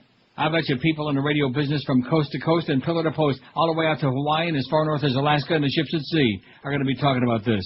It'll be on the front page of the Washington Post, the New York Times, the Canandaigua Daily Messenger. You'll see. And we got more good news for it. Conrad Burns has conceded. It burns. John Tester, the Democratic senator-elect, claimed victory yesterday, and now I stand ready to help as Montana transitions to a new U.S. Senator, Burns said in a statement released to the Associated Press just a short time ago. We fought the good fight, we just came up a bit short, kind of like how I was born. We've had good 18 years, and I'm proud of my record, the statement continued. Burns isn't sure what his future plans are, but the A reports that he indicated he was looking forward to taking some time off. I hope there's still a good-sized buck out there because I'm going hunting, Burns' statement said. Maybe you can go hunting with Dick Cheney. That'd be a good idea. You know what they say, turn around is fair play? That's what Peter Marshall used to say in the Hollywood Squares. You still don't know who Peter Marshall is, do you? Yeah, maybe. Oh, there's John Bolton with that grotesque mustache. Democrats in a bipartisan fashion. He was insisting on... Oh, look at that. White House sends Bolton nomination to Senate committee. Oh, they're trying to jam it through there now, I guess, huh? Wow. At any rate, 1,454. We need 46 votes in, what do we got? 38 minutes. That's just barely more than one a minute. Even some kind of a candy show could do that. Even a show that's got that on as a guest. Get him out of there. Get him out of there, man. Well, he's off to Buffalo now. The Panthers going to get killed by the Sabres tomorrow night. I hate to say that, but the Sabres are a pretty damn good team. They're on fire. Panthers, on the other hand, are like hard to put a finger on it. They are India's new tax collectors, dancing and singing to the beat of drums. About 20 eunuchs in bright saris begin going from shop to shop, asking the owners to pay overdue municipal taxes in Patna, the capital of Bihar, one of India's most impoverished and lawless states. 20 eunuchs in bright saris. I'm sorry to hear that. They were hired by Patna's municipal corporation yesterday after the city's tax arrears ran into the millions, said the municipal administrator, Atul Prasad. Revenue officials accompanied the eunuchs with tax records to settle the outstanding arrears on the spot. Indian rulers once castrated boys to create eunuchs to work in their harems. But eunuchs today are generally males with partial genitals or who opt for castration because of strong female feelings. They often make a living on tips for dancing at weddings and blessing newborn babies, and are believed to be stubborn and not take no for an answer. Eunuchs. The new tax collectors met with considerable success on their first day of their new job. They collected $9,240 US from shop owners, said Bharat Sharma, a revenue officer. We're confident that the reputation and persuasive skills will come in handy for the municipal authorities to collect taxes from defaulters. You go to the door, and who's standing outside? A widow dwarf. The eunuchs are not given a salary, instead receive 4% of the amount they collect from defaulters. Only 2,000 of Patna's nearly 500,000 residents regularly pay property taxes and water charges, Prasad said. Tax collection has slipped to 200 million rupees, 4.34 million a year from the anticipated 15.2 million. The eunuchs will be asked to help collect outstanding taxes from private homes soon. And, of course, if they fail to comply, somebody will probably finish the job on the partial eunuchs. Oh, there's the pissed-off caveman. I know.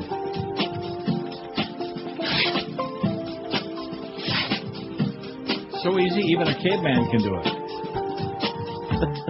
Everywhere I go, there's always something to remind. Yeah, he sure got a rough life, man, a caveman. He's always PO'd, pissed off and fired up. Too bad. He's got a crappy altitude.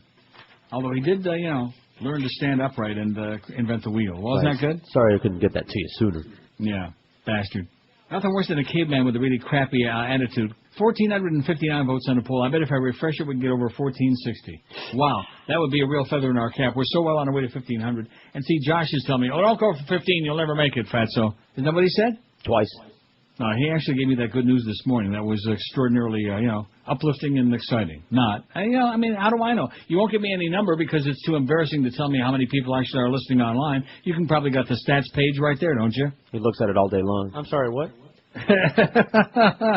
Oh, listen, you just took over that thing again. You retook it over, QM.com. That website was allowed to go into, we have 1,460 votes on our poll right now. That's more people than have gone to QM.com since they started the website. Wouldn't surprise me. Oh, sorry, Clarence. The biggest names, the best talent. This is Neil Rogers, Sports Radio 560 QAM. Beware of exploding balls. You've seen him on Channel 7 News. First, as a two-bit reporter. Now, as a two-bit anchor that wears more makeup than Tammy Faye Baker and Mary Kay combined. Rick Sanchez sings.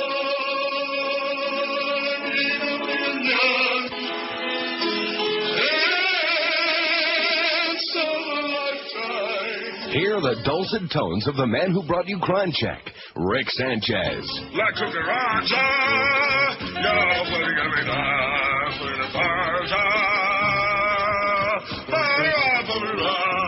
Rick Sanchez.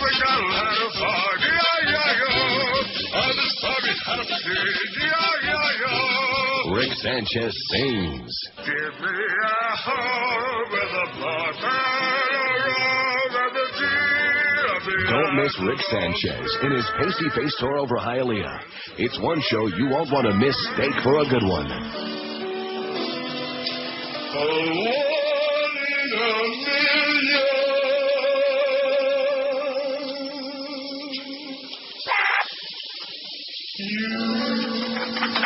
Rick Sanchez. He loves his audience. I accept you as a precious gift from God. Of course he meant. Oh, God. 1,471 votes. We got 28 minutes to go. We'll get that 1,500. We're going to lick it. Speaking of 1 in a million, what about Gildy? He's about 1 in 6 billion, wouldn't you think? So speaking of that. Yes? Thanksgiving. We're all off the hook. There's Dolphins pre-game going on. All right. During the show. And you're invited to participate if you would like to. That was a little joke on Josh's part, I'm sure. I'll be at Woodbine that day. Because it's not a holiday here, so it won't be jam-packed like on Canadian Thanksgiving.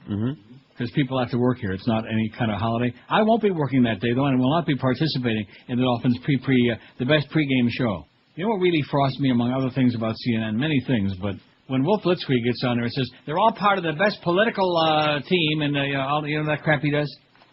Now, the last time they said that was on Crossfire, the best little political briefing, and of course that's off the air.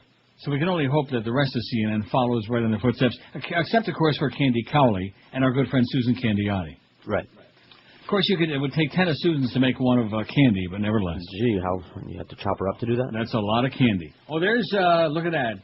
Godly men appointed to oversee Hagrid's restoration. I think there are a couple of things that need to be done. First of all, the people who chop his balls off have to know him. When I entered into a relationship with President Clinton, it wasn't out of the blue. We had an ongoing relationship. We were friends.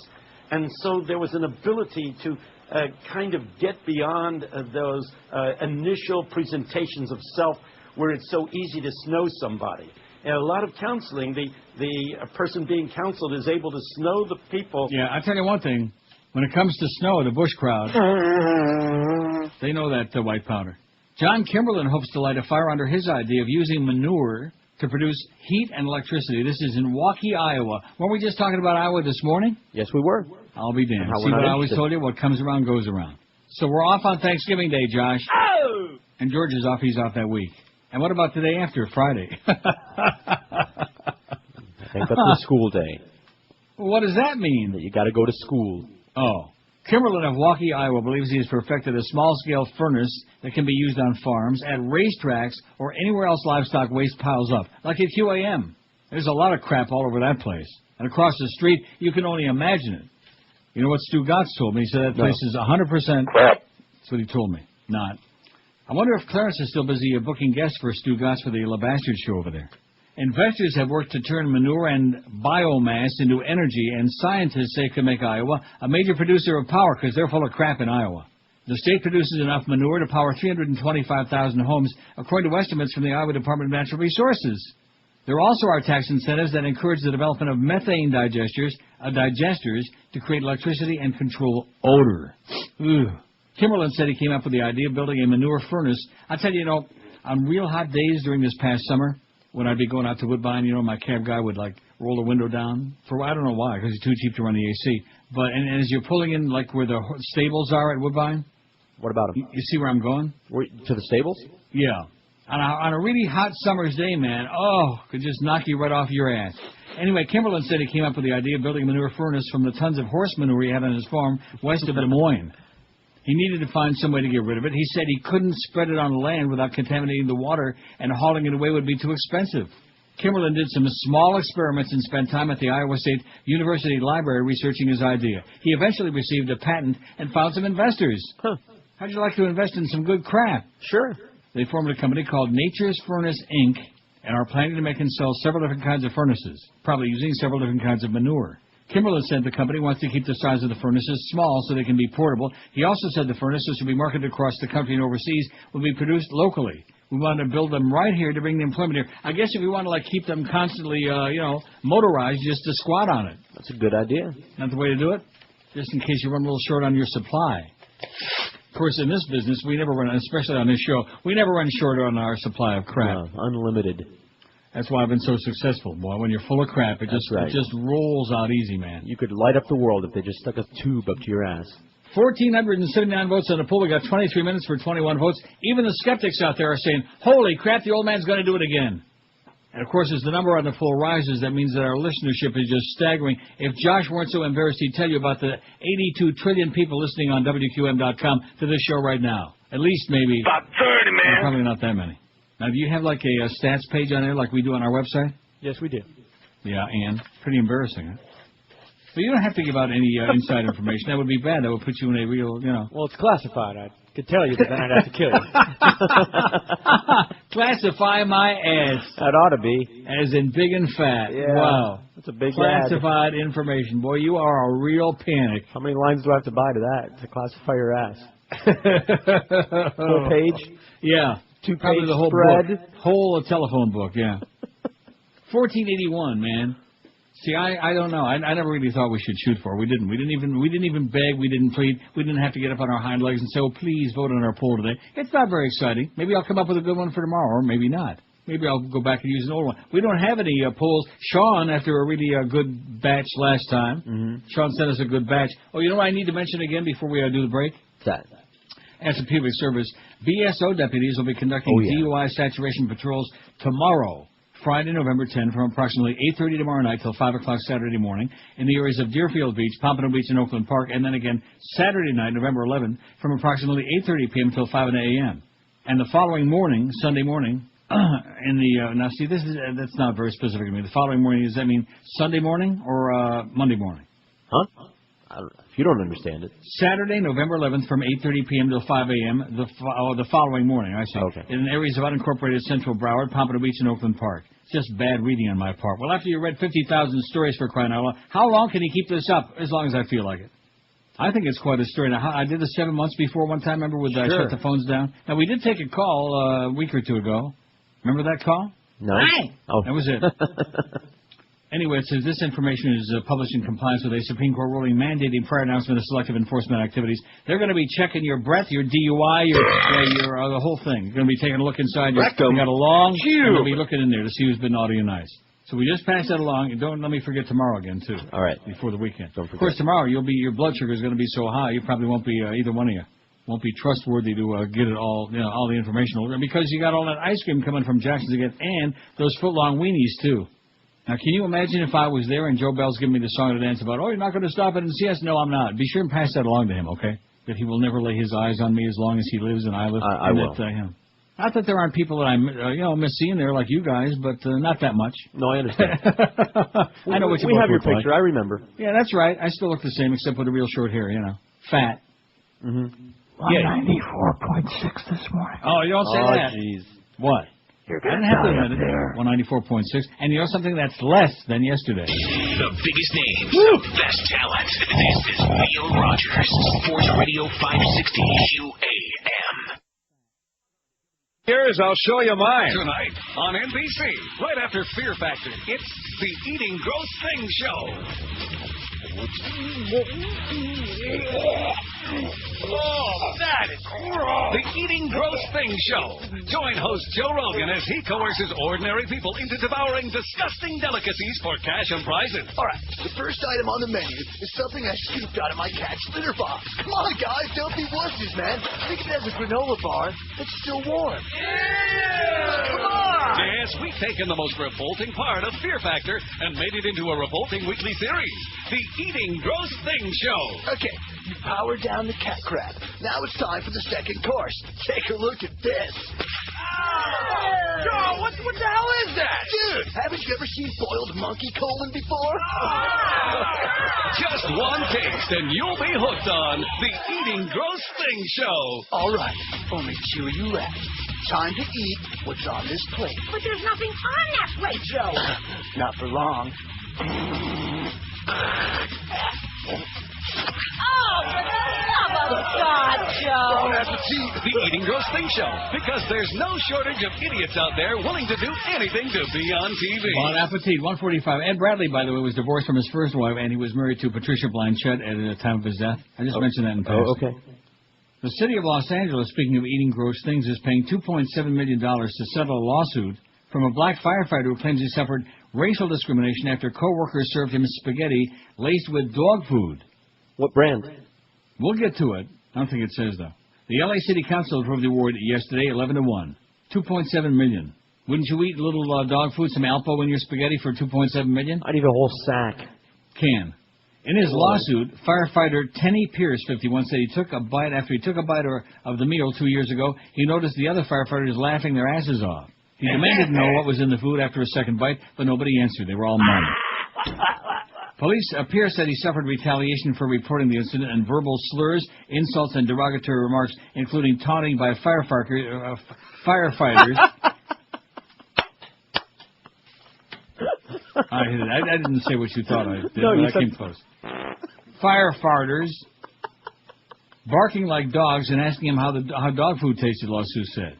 You never saw any firefighters?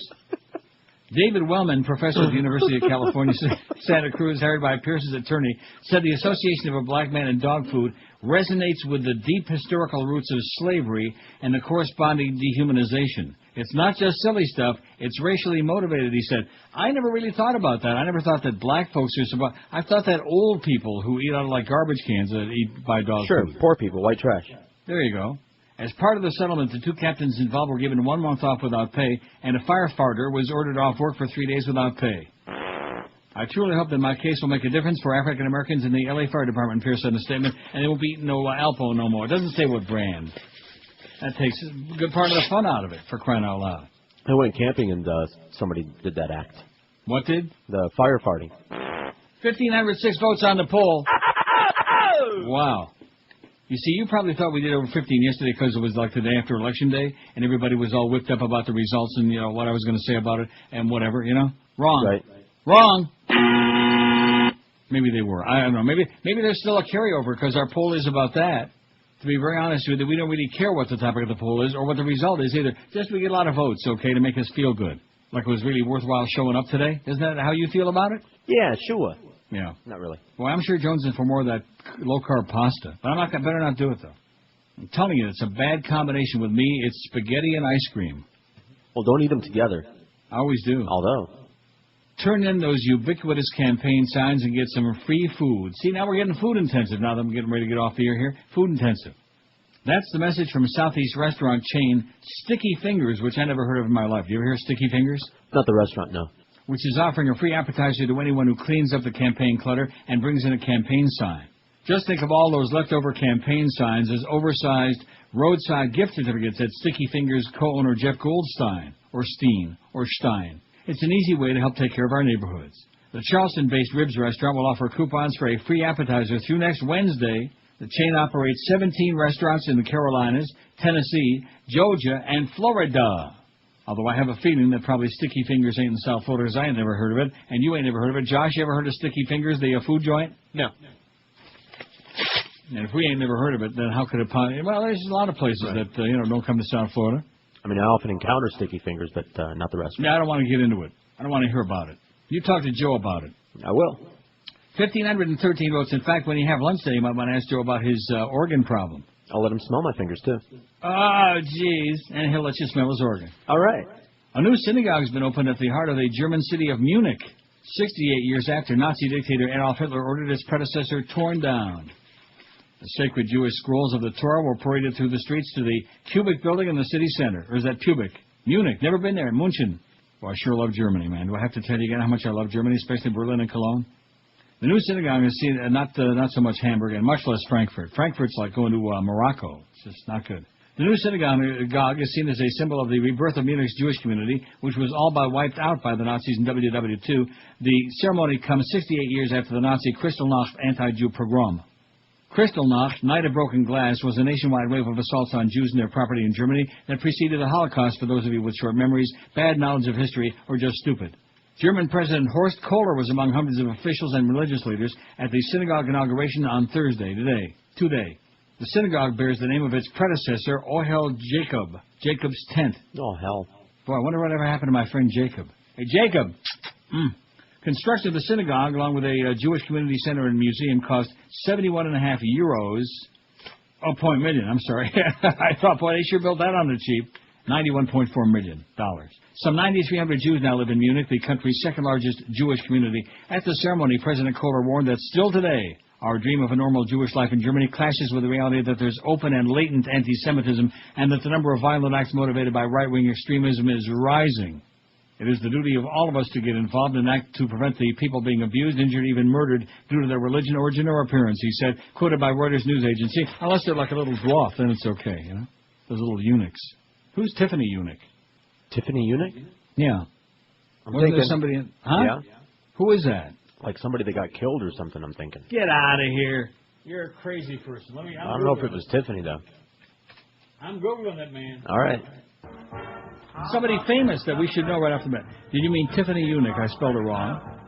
Oh, that was the girl that was beaten to death by, Lionel Tate. There you go. See? Told you. In fact, there's a website in honor of Tiffany Eunuch, who was beaten senseless and to a bloody pulp. Well, he was just wrestling, you know. Yeah. Sack of crap. He just wrestling. Well, that's, the way it goes. Now, this next, our last commercial break of the day should be a real good lesson on length of listenership to Clarence and the entire audience out there. When you have lunch with Joe today, tell him what I'm thinking is if they can start selling 5 and 10-second spots, we can do, speaking of eunuchs, we can do like 100 units in each break. That's a good plan. I mean, it'll still be the same length of time, but by the time we finish, the audience will be like in a coma. The passed biggest out on the names floor. of best talent. This is Neil Rogers. And won't be Sports with Radio no more. 560 QAM. It's Day-O in Miami town. All right. At 560 WQAM.